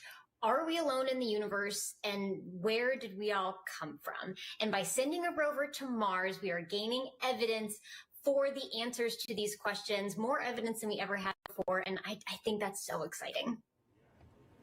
It is, and I know you get loads of interesting questions from kids. Have you gotten any about Mars specifically? Oh, wait. Oh my gosh, yes. Everybody loves I just Mars. had a really It's in cool idea. movies and books and TV shows, and everybody loves Mars. So one of the things that I get asked a lot is that, it's called the red planet. Why is it red? Well, it's red because it's literally rusty. The top layer of soil on Mars has iron oxide in it, or rust, and rust has that brownish red color. So it's red because it's rusty. And also because it's red, they ask, is it red hot? Is it really hot on Mars? No. And well, no, actually, it's colder than the Earth. It's farther away from the sun. So as you would imagine, it's a little bit colder than the Earth. It also has a really thin atmosphere. So the heat that it does have, it has a hard time keeping in. And so it's a little bit colder. But then I also get asked, what would I weigh on Mars? That's a really fun question. So on Mars, it's a little bit smaller than the Earth. So the gravity there is weaker. It's about 3/8 the gravity that we have here on Earth. 3/8. So if you weighed 100 pounds here on Earth, that's you a weigh lot less. 38 pounds on Mars, or 100 kilograms here on Earth, 38 kilograms on Mars. 38%. Those are all super 80%. fun. I Yeah. think even some adults want to know the answers to those questions, Emily. Yes. Now, I why got do it you wrong think it's by a so large important margin. to educate kids about science and give them that great foundation? Well, science is the language of nature, and learning about science and learning how to think like a scientist means you are learning how to systematically seek out truth in the world. You are learning the scientific method. You're learning how to be a critical thinker. And honestly, those skills are great for whatever you end up wanting to do in life. True. If you want to be a scientist or an opera singer, that holds true. And what are you most excited about Opera today? singer? I mean, humans are launching a robot to Mars. That doesn't happen every day. I think in all of the hecticness that is going on today and all of the nerves, I just hope everyone can take a moment to sit back and remember that we live in a time when humans have the ability to send a robot to another planet. And that's so cool to me. It is very cool, Emily. Take a deep breath. Thanks for joining us here. Thanks for having me. Sending it back to you now, Raquel. Thanks, Marina. We are offering lots of ways to ride along with us to Mars. Now put yourself right into the action now with our Perseverance photo booth. You can pose next to the rover, place yourself in our mission control, and even see what you looks might like something look that you would taking see at a selfie theme on park. Red Planet. What are you doing, NASA? There, you'll also have a chance to sign up to send your name to Mars on NASA's next flight to the Red Planet. This is It's all adorable available in a at very dumb way. go.nasa.gov/Mars2020 Toolkit. And joining us now is JPL Chief Engineer and Landing Veteran Rob Manning. He will be breaking down key moments coming up, and very few people know more about landing on Mars than Rob, going back to the Pathfinder mission in 1997. Thanks for joining us today, Rob. Thank you very much, Raquel, for having me here. And what a wonderful experience. Yeah, it is a bit What much. a wonderful day for a beautiful day in California. I like SpaceX's We're more just so simple excited live here, streams. anxious, worried, but very hopeful. Just numbers Rob, and I have a technical question stuff. for you. There is a landing tradition at JPL This is a lot that more involves eating peanuts for good luck. Can educational. you tell us how did that start? Yes, it started guess. in the mid-1960s. What happened was we had a series of missions Yeah, that they're not had gonna hate. failures. The Ranger program in the early 1960s, one after another. Gotta get everyone failed. interested And in what space. happened was one day a fellow by the name of Dick Wallace on Ranger number 7, on the 7th attempt, decided to bring peanuts to the ops area just before the launch, and guess what? That mission worked. Now, we're not supposed to be too superstitious. We're engineers and scientists after all. Guess what? That but worked. We love tradition, and ever since then, before launch and before critical events like entry, Humans. descent, landing, we have brought out peanuts and We were shared it just with the talking team. about how And it's truth, really a wonderful scientists little find out experience. truth, so and now we're this is something superstitious. we're doing right now, and it's something that we just can't help ourselves. The It's just duality part of the experience. man. Well, speaking of the experience, how did the Perseverance team keep the tradition alive this year? Well, this year we're passed out little packets of peanuts to the team, and they can sneak one peanut in their mouth as part of to keep the tradition alive. But this is part of the COVID experience, but we can't leave this one undone. So this is what we're doing, and this is going to help us land safely. Yes, All it will. Thanks, Rob. I have some questions It's for you a science. little later on, but we're heading back Peanuts. to Swati Mohan, who is part of the landing team. She'll be calling out key milestone and events as they happen from Mission Control. So let's listen in right now.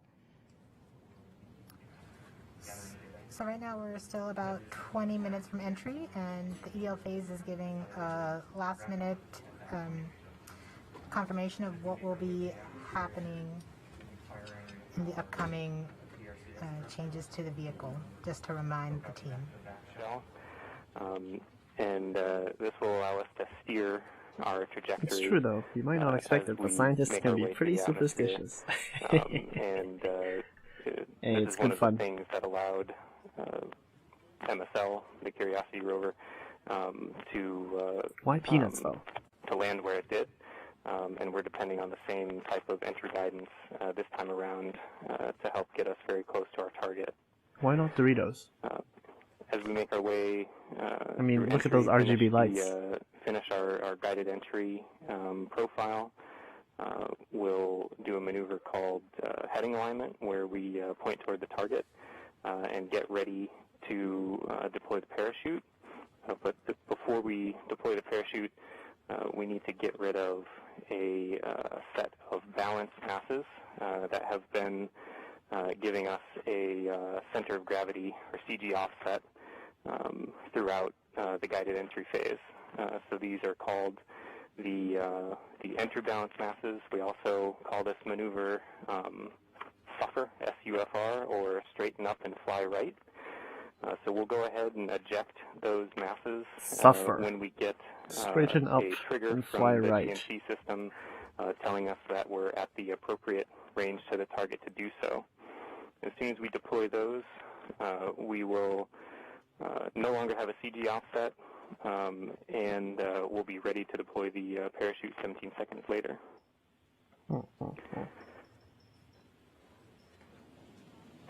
Right where the Perseverance team is sitting now, what's in store for them as we approach landing? I'm going to hold here for EDL prep as we're about to start that anchor. Copy, phase 2. And activity, please call that out when it's ready. Copy, flight. I'm going to make the announcement now. We'll have Magnus make the announcement, but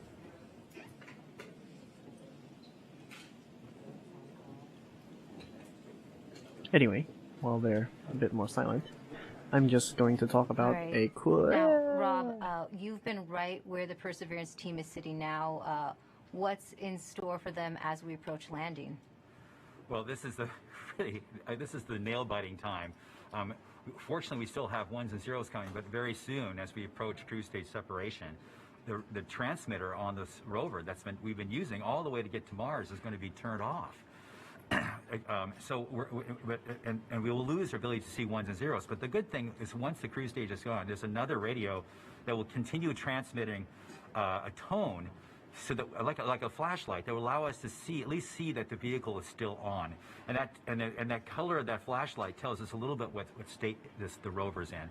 But soon after that, it won't be very long before we'll be able to hear more ones and zeros coming from the spacecraft. So this is a really exciting time, and it's just important to remind people there's a lot that can go wrong in a day like today. There are thousands of things that have to go right. Yeah, we had success in the past landing on Mars. You'd think it gets easier, but it really doesn't. Why is it still so difficult? Well, because it's involved thousands and thousands of things, hundreds of thousands of lines of code. There's 79 pyrotechnic devices. Each have to work perfectly. One critical wire short, or one key thing mechanism that doesn't work or breaks, and it's mission over. And so it's, and it's very easy. We're human beings. We're not perfect. Mistakes can be made. We count on each other to find our own mistakes, and we work very hard to learn from the mistakes of the past. We've had many failures. Remind people, roughly half, around half of the missions to Mars over history have failed. And so that could happen today too. Even though we've had a nice, wonderful string of successes in the United States, it's still still a bit of a gamble that we have hoped that we have erred in the side of luck, and we've stacked the deck and loaded the dice to make this thing succeed.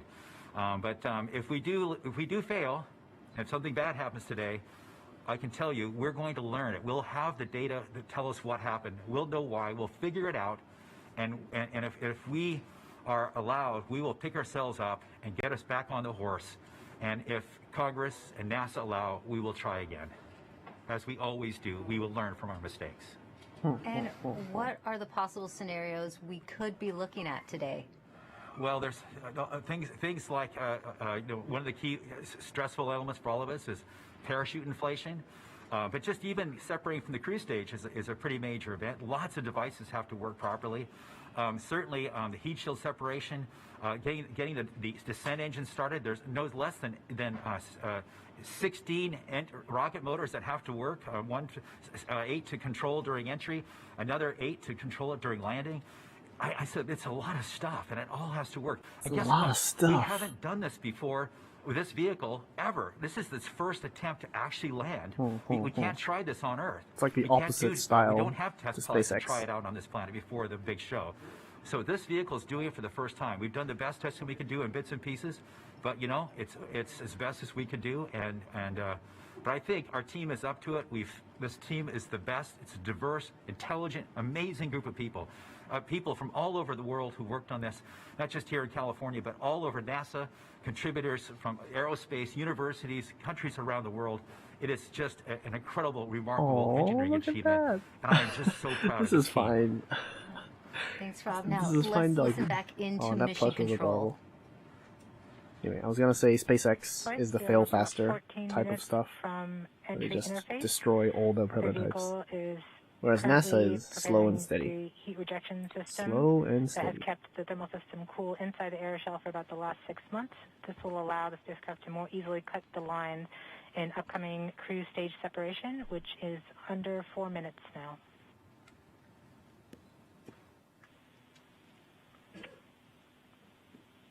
We have now enabled the rover pyro bus.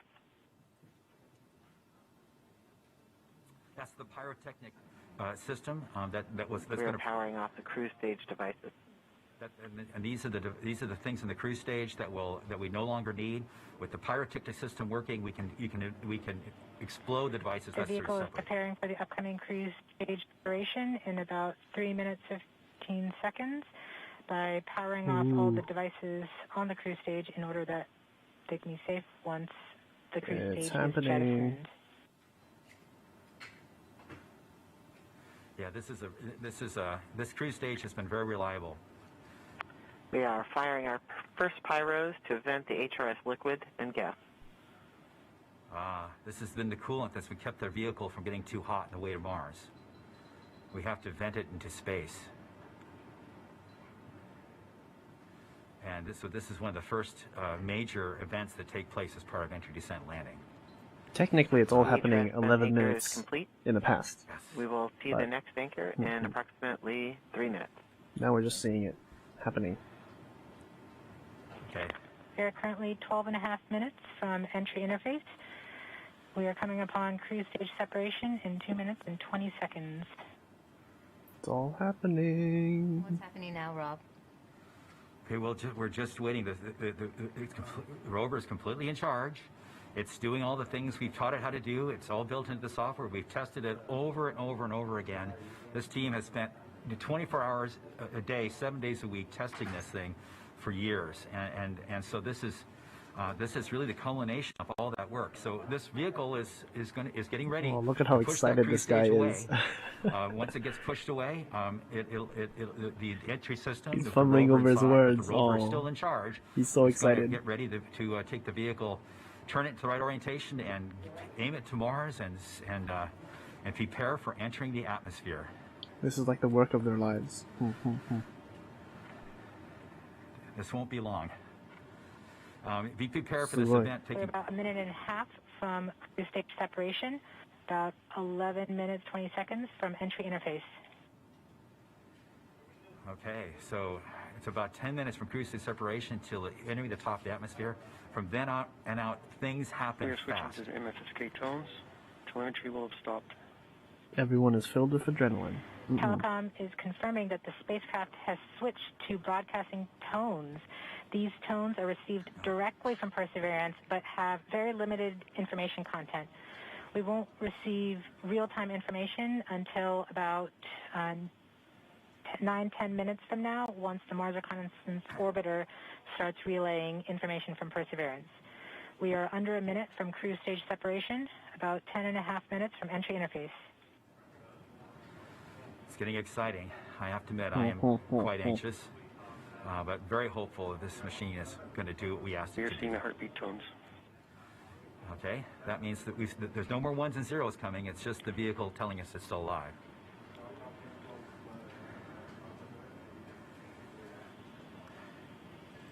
Oh, launches are very different to landings. Tones from Perseverance. Landings is just For anticipation, cruise stage separation. anxiety.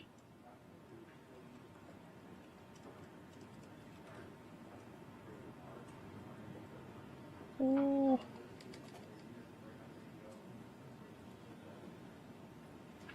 Oh, that animation. We have So indication cool. that cruise stage separation has been confirmed by the spacecraft. Which actually happened We're off on a good start. 11 minutes In ago. 1 minute, Perseverance's landing software will wake up and begin the final preparations for entry. The first action it will do is to fire warm-up pulses with its entry thrusters. These pulses ensure that the spacecraft gets the thrust that it wants during entry interface. We're about 9 minutes from entry interface. Yes, the Okay, so now the vehicle's on its own. video It's turning that we can itself in see the direction on the bottom left over there, facing the heat shield that toward is Mars. a, you know, And, 3D and simulation. We'll eventually hitting the top of the atmosphere. We're not far away. That is This a gonna go 3D very simulation, quickly not from real here on time. It's a simulation of what it would look like, or That's what it confirmation that we got did shadows look by like. the cruise stage. Because we're as it, receiving all of this passed through our information beam to the Earth. 11 minutes after the fact, because Mars is Telecom far away from indicated Earth. Actually, that we could see And it takes a signal information that the 11 cruise minutes stage to went get to between us. the Perseverance entry capsule and Earth. So we saw a little blip, the data stream indicating the cruise stage separation.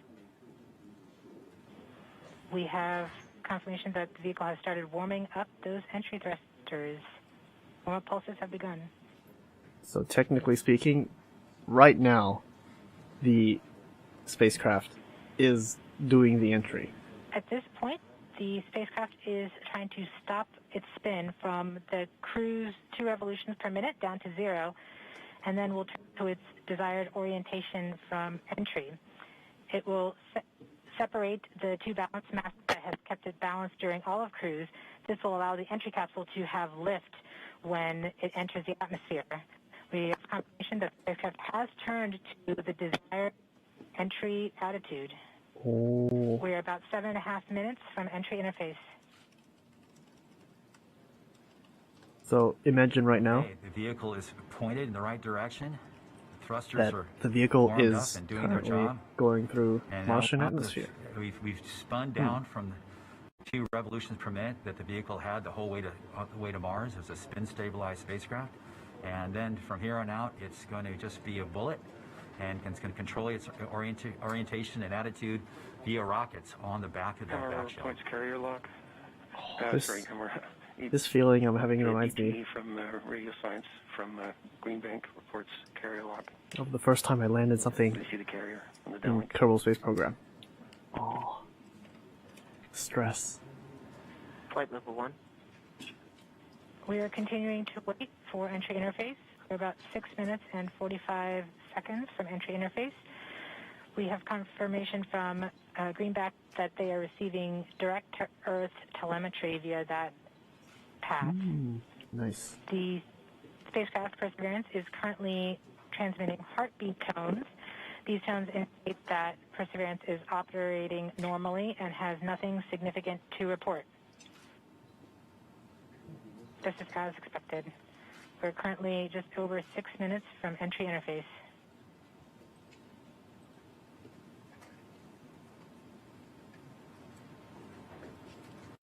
Okay, and now we wait. And now we wait. as soon as we get to the top of the atmosphere, it will be very quickly, which is the entry point. It won't be very long before the atmosphere will start getting thicker and thicker. It's going very quickly at a fairly steep angle of 15 degrees into the atmosphere, and as it starts to slow down. We're just under, we're about 5.5 minutes from entry interface. We're still receiving heartbeat tones. We expect to continue receiving heartbeat tones until about 5 minutes after entry. At that time, Perseverance will be no longer in view of our antennas here on Earth. About 90 seconds prior to entry, the Mars Reconnaissance Orbiter should begin receiving telemetry from Perseverance and streaming it to Earth in near real time. There are a few expected short outages, such as when we have a plasma blackout or when we enter the peak heating phase. Aside from these outages caused by the plasma blackout, antenna switching, or high dynamic events, spacecraft events, we should have telemetry until about 90 seconds after landing. A plasma blackout is when the signal from Perseverance isn't strong enough to make it through the superheated, super fast air flowing around the spacecraft all the way down to Earth. Once the temperature drops below that peak heating, we do reacquire the signal from Perseverance. We are currently about 4.5 minutes from also happens entry to interface.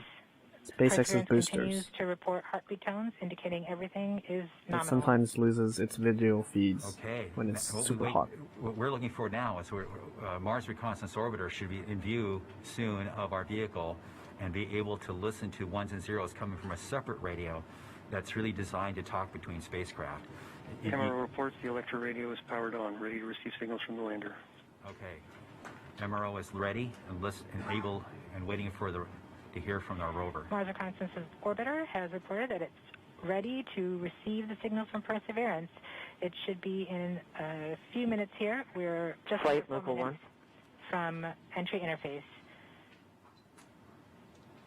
So, the cool thing about we don't need these ones and zeros, space, as Swati said, but to land safely. But we really need it for our own health and well-being today to keep mental our nerves state. in control. Around this time, a second spacecraft, Maven, should begin picking up telemetry from Perseverance and will continue to record that telemetry until several minutes post-landing. We won't get that data for several hours after landing as it's being recorded and then will be forwarded to Earth later. We are continuing to receive heartbeat tones, indicating that everything is nominal. We're currently at about 3 minutes until entry interface. Okay. The cool thing about Danny is he's smart. No, I'm not smart. I am not smart. I have to look at Wikipedia getting ones and zeros, to even know what these people are talking about. The cool thing is that it has either already landed on Mars right now, but we just haven't gotten the information yet, interface is or nothing more than just an arbitrary place in the sky that we've defined to be above the hopefully it atmosphere. has. But from that point on, there's definitely... Right now we're actually waiting for the information above it, to fly across space and get to us. To transmit heartbeat tones, indicating everything is nominal. Oh, last 10 minutes. Last 10 minutes. So the tones can tell us whether something's bad or not is happening. So far the heartbeat is doing well. So the vehicle thinks it's in good shape to land, which is a great sign.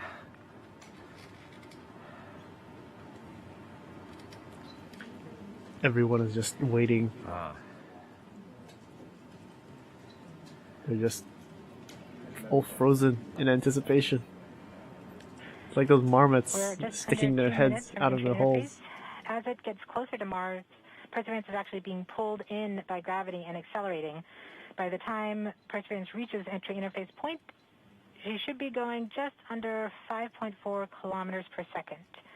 We're at about 90 seconds from entry interface and standing by for Mars Reconnaissance Orbiter to pick up the telemetry. So there's something called the 7 minutes of terror, and that's atmospheric entry, parachute, heat shield deploy, that entire sequence of fast-paced, action. The 7 minutes of terror in which things may go wrong. We are 1 minute from entry interface. Ooh.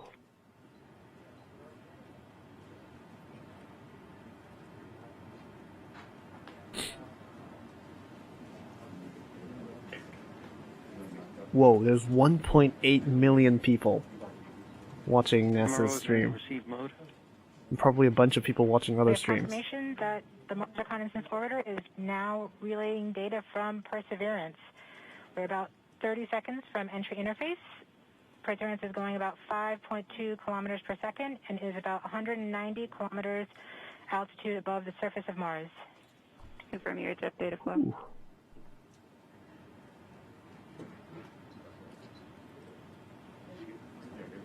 About seconds from entry interface. 5.3 kilometers per second and an altitude of about 150 kilometers from the surface of Mars. Oh, right now they're showing on screen the live simulation. It's kind of like those airplane simulations that you see in your airplane cabin that shows where you We are. have confirmation of entry interface. Perseverance is currently going 5.3 kilometers per second at an altitude of about 120 kilometers from the surface of Mars. Millions of people are watching this happen. That is awesome. That is crazy. The spacecraft is now waiting until it begins feeling the atmosphere of Mars slow it down. Once there is enough atmosphere, it will start controlling its path to the landing target.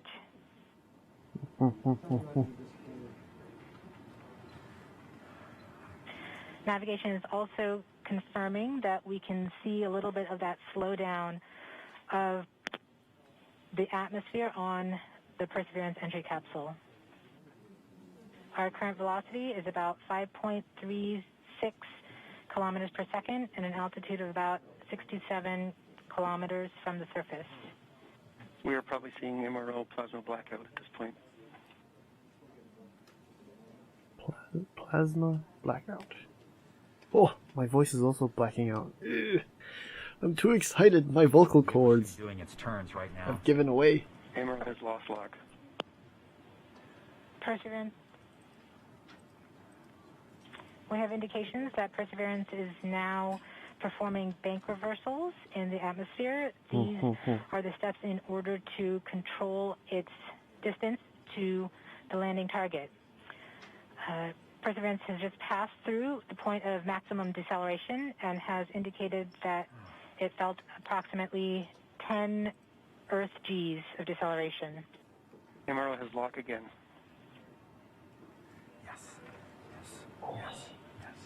We saw a small outage. Oh, it's so cool to just hear one of the scientists go, yes, yes, orbiter yes, during yes. that preceding phase, likely caused by the plasma blackout. Perseverance is still continuing to perform bank reversals in the atmosphere to control its distance to the landing target. That is just raw happiness.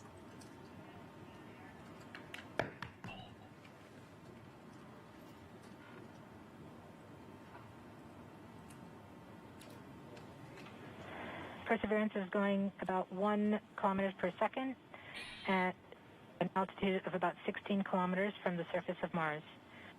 We have entered heading alignment, which means Perseverance is no longer trying to control the distance to Mars, but to the target on Mars, but instead is flying straight to the target. No, look at how many steps there are. Wow.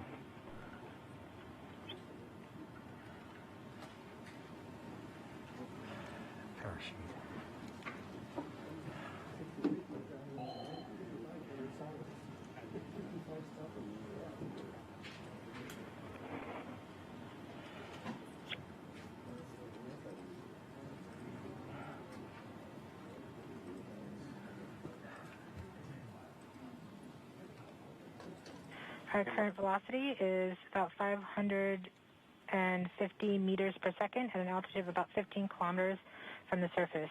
Oh, the speed has already halved in that time. MRO is reporting good telemetry log.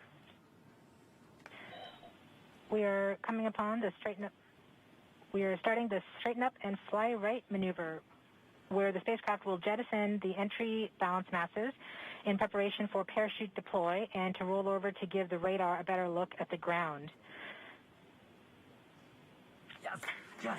The navigation has confirmed that the parachute has deployed, and we are seeing significant deceleration in the velocity. Our current velocity is 440 meters per second at an altitude of about 12 kilometers from the surface of Mars. Every one of these little milestones is a great achievement.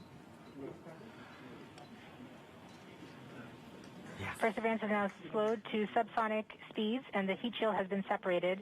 This allows both the radar and the cameras to get their first look at the surface. Nice. Current velocity is 145 meters per second at an altitude of about 9.5 kilometers above the surface. Now, you might wonder why they're not sending live video from the cameras that are looking at the ground. Well, that's because right now the bandwidth from the spacecraft to the satellites and back to Earth is very limited. So you want that data for useful stuff, not high definition video. Perseverance now has radar lock on the ground. Current velocity is about 100 meters per second, 6.6 kilometers of the surface of Mars. It's happening. Perseverance is continuing to descend on the parachute. We are coming up on the initialization of terrain relative navigation and subsequently the priming of the landing engines. Our current velocity is about 90 meters per second at an altitude of 4.2 kilometers. We were definitely born in the right generation with spaceships and robots. We have confirmation that the lander vision system has produced a valid solution and part of terrain relative navigation. We have priming of the landing engines.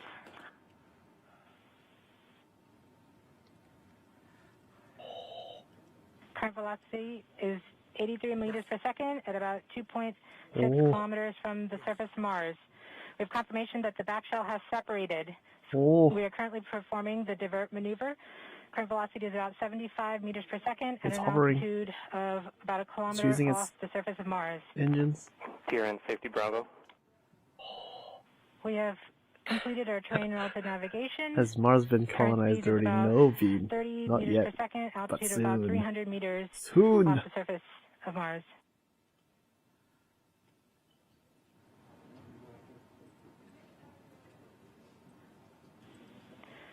We have started our constant velocity accordion, which means we are conducting the sky crane, about to conduct the sky crane maneuver. We've lost direct to Earth tones. As expected. As expected. Sky crane maneuver has started. About 20 it's meters happening. off the surface.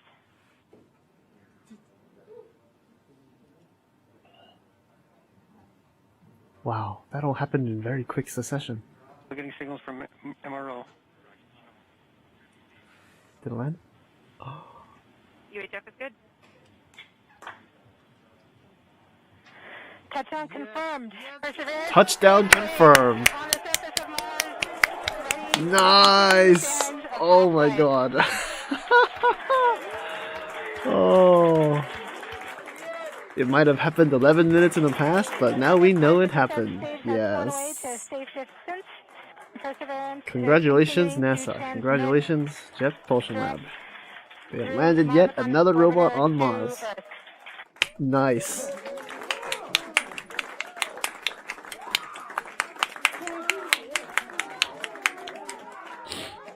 Oh my god. Oh. It's almost a bit anticlimactic, because you would expect, I don't know, like a huge party starting, but you know, COVID and science, and this is just the beginning. This is just the beginning. This is so exciting. SpaceX, baby. Come on, Bean. It's so surreal. Stay tuned, we might get some pictures. Ooh, we might get some pictures. How long is stay tuned? SpaceX is probably not gonna go make rovers. SpaceX is just gonna continue with its big Falcon rocket. Riding on this. Starship.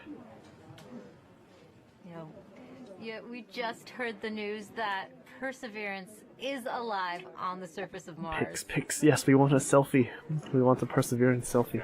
It's Flight, we have seen the completion of EDL 3000. Nice. Copy activity. That is as expected. As expected.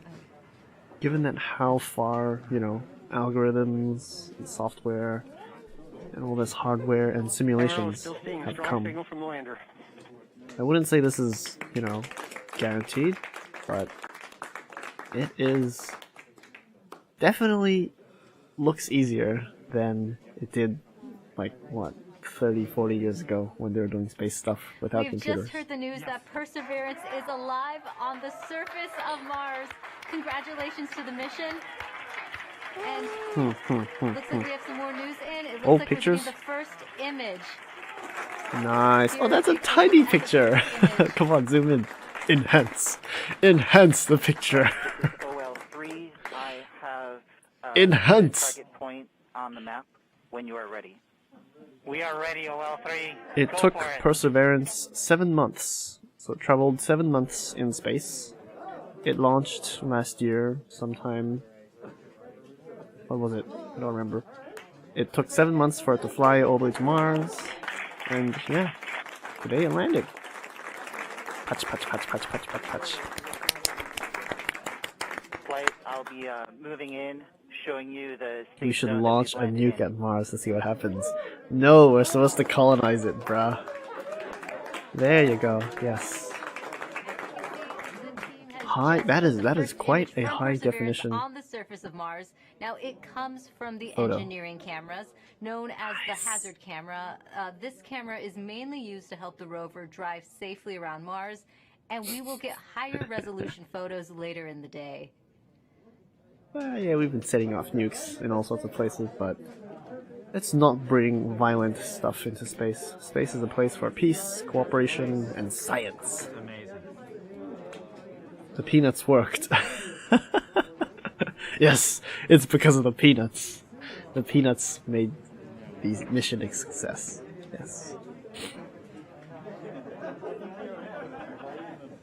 For Steve? Stand by for Steve? Technically, well, you can't call it a nuke, but Perseverance does have a radioactive isotope power generator. So that is radioactive. It's not an actual nuke.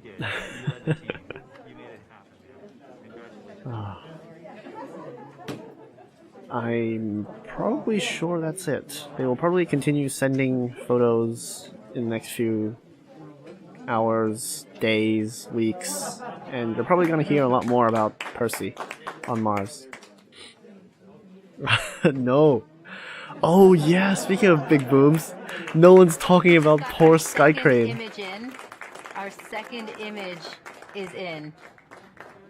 Poor Sky Crane. These, we have a camera in the front and rear of the spacecraft. Look at that bug. They're near the ground, so these are pretty close. So you can see the wheels there. Poor Sky Crane, the thing that, they're a you little know, dirty because we've got had all the jets on it, all the engines. But we took these seconds after landing, so there's still dust in the air from our landing event. It's staged. Oh, come on, so this Bean. Is happening. You know, this happened just seconds ago. Just arrived, and this is really amazing. And we even know where we landed. This is the most amazing thing. The vehicle has told us where it's landed because it figured it out. Strange how they didn't talk about NASA the works. oxygen. NASA works. And when we put our arms together NASA and our works. hands together and our brains together, we can succeed. This is what NASA does. This is what we can do as a country. On all of the problems we have, we need to work together to do these kinds of things and make success happen. Poor Sky Crane. Rest in peace. Says they should take a picture of the smoke cloud Joining us that rose now up from Sky is Crane. the acting administrator of NASA, Steve Jurczyk. Steve, welcome and congratulations. Hey, thank you. What an amazing day. And how does it feel to have another rover on Mars? It's amazing. To have Perseverance join Curiosity on Mars. I'm going to change over what to just a credit to the team. I mean, just what an amazing team to work through all the adversity that goes and all the challenges that go with landing a rover on Mars, plus the challenges of COVID. What are smoke clouds even like on Mars? Dust clouds, dust storms. They have to be significantly different in that atmosphere, right? Well, the physics is the same.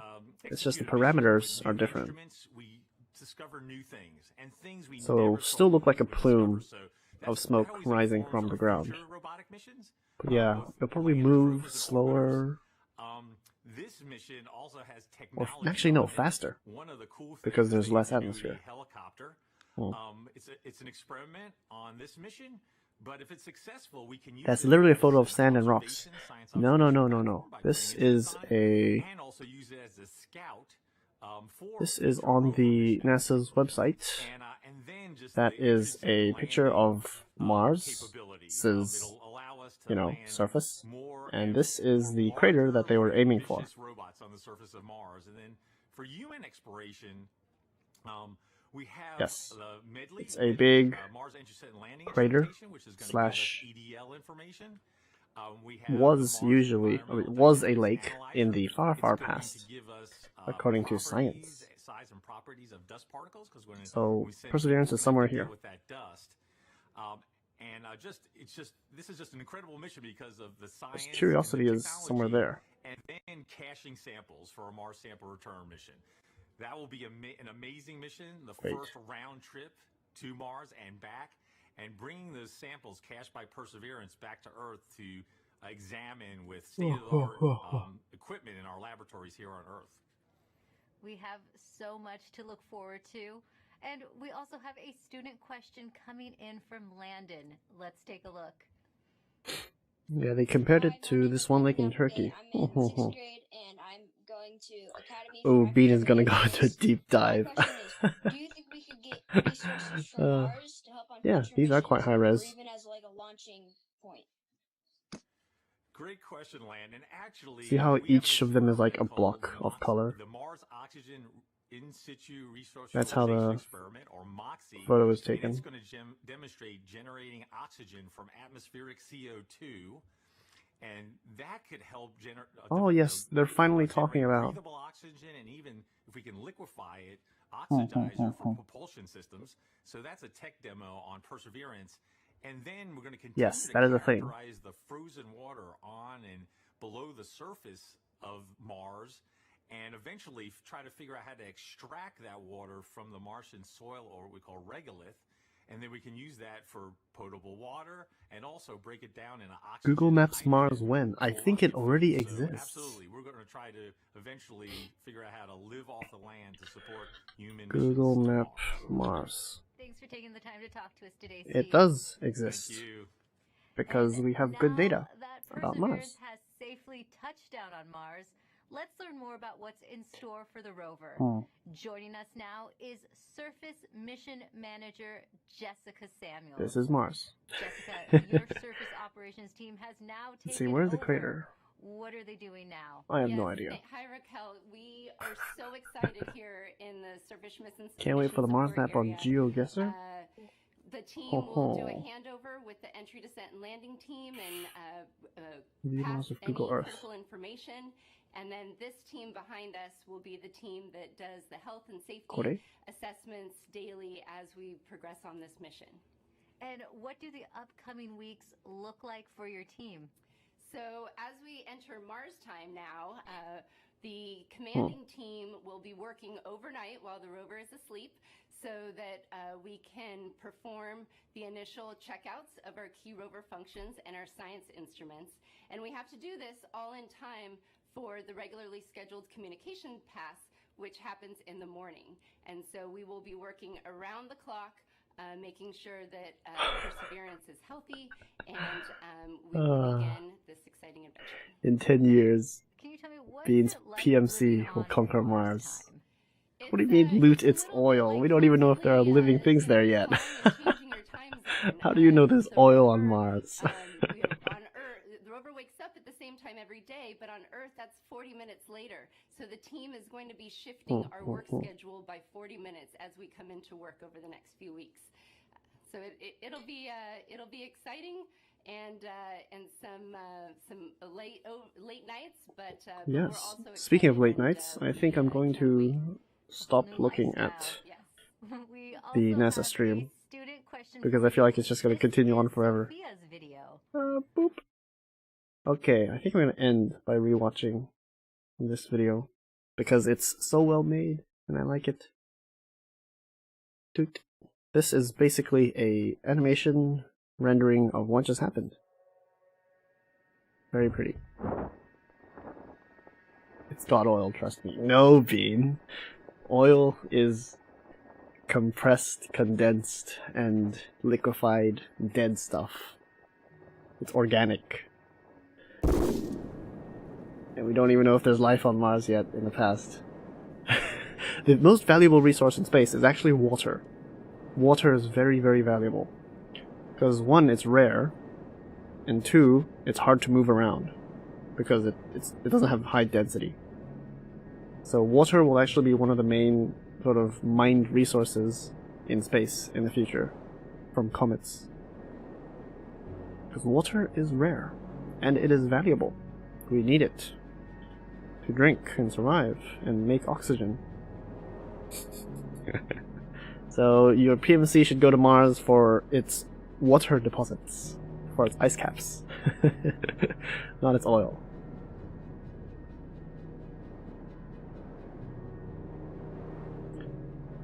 This is basically just what just happened just then, in quick succession.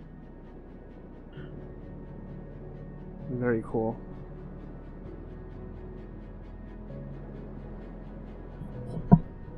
Oh, sorry about that. My kitty is playing with the microphone again. Meow. Meow. He's also excited about Mars Rover.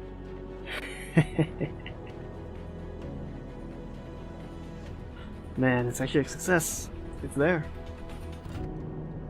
A little robot boy is on Mars.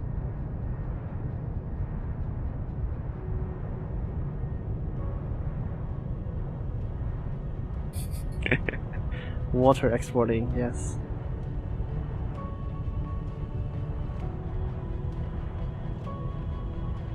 Except to California.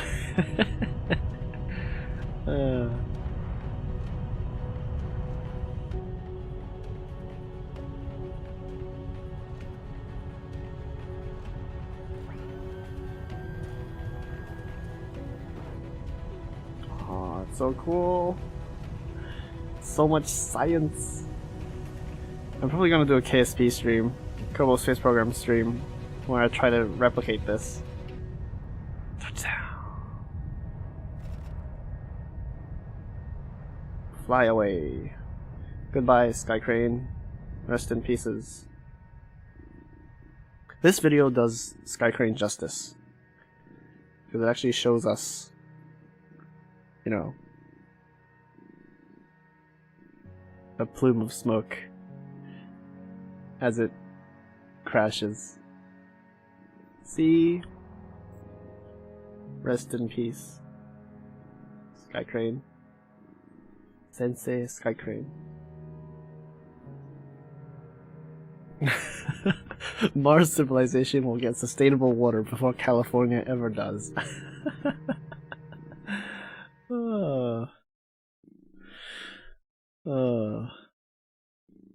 Lol.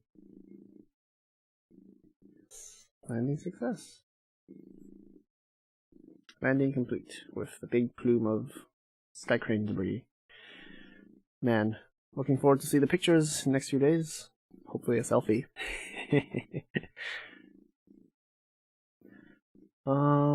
I was actually going to do some Wikipedia crawling, but we just spent time watching the stream together, and that's fine.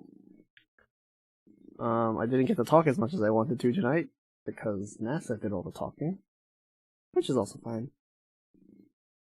We shall congratulate them, and hope for more space stuff in the future. Bean will now invest in water. It's still abundant on Earth for now, so It is very, very late for me, or you can also say it's very, very early for me now. And so I will need to end the stream here, guys. Yes. Hopefully we can all get back together and chat some more in the near future. I actually have something special planned for tomorrow. Oh wait, is it tomorrow? Yes, it's tomorrow. 24 hours in the future. Maybe a bit less than 24 hours. The first Dungeons & Dragons game that I am DMing will be a thing very soon. So, yes, you guys can drop by and see that. I will be DMing a one-shot, a VTuber Isekai thing. So that's my little shill at the end of the Mars rover landing. Yes, it will be Pog. Hopefully it will be as exciting, probably not, as the rover landing.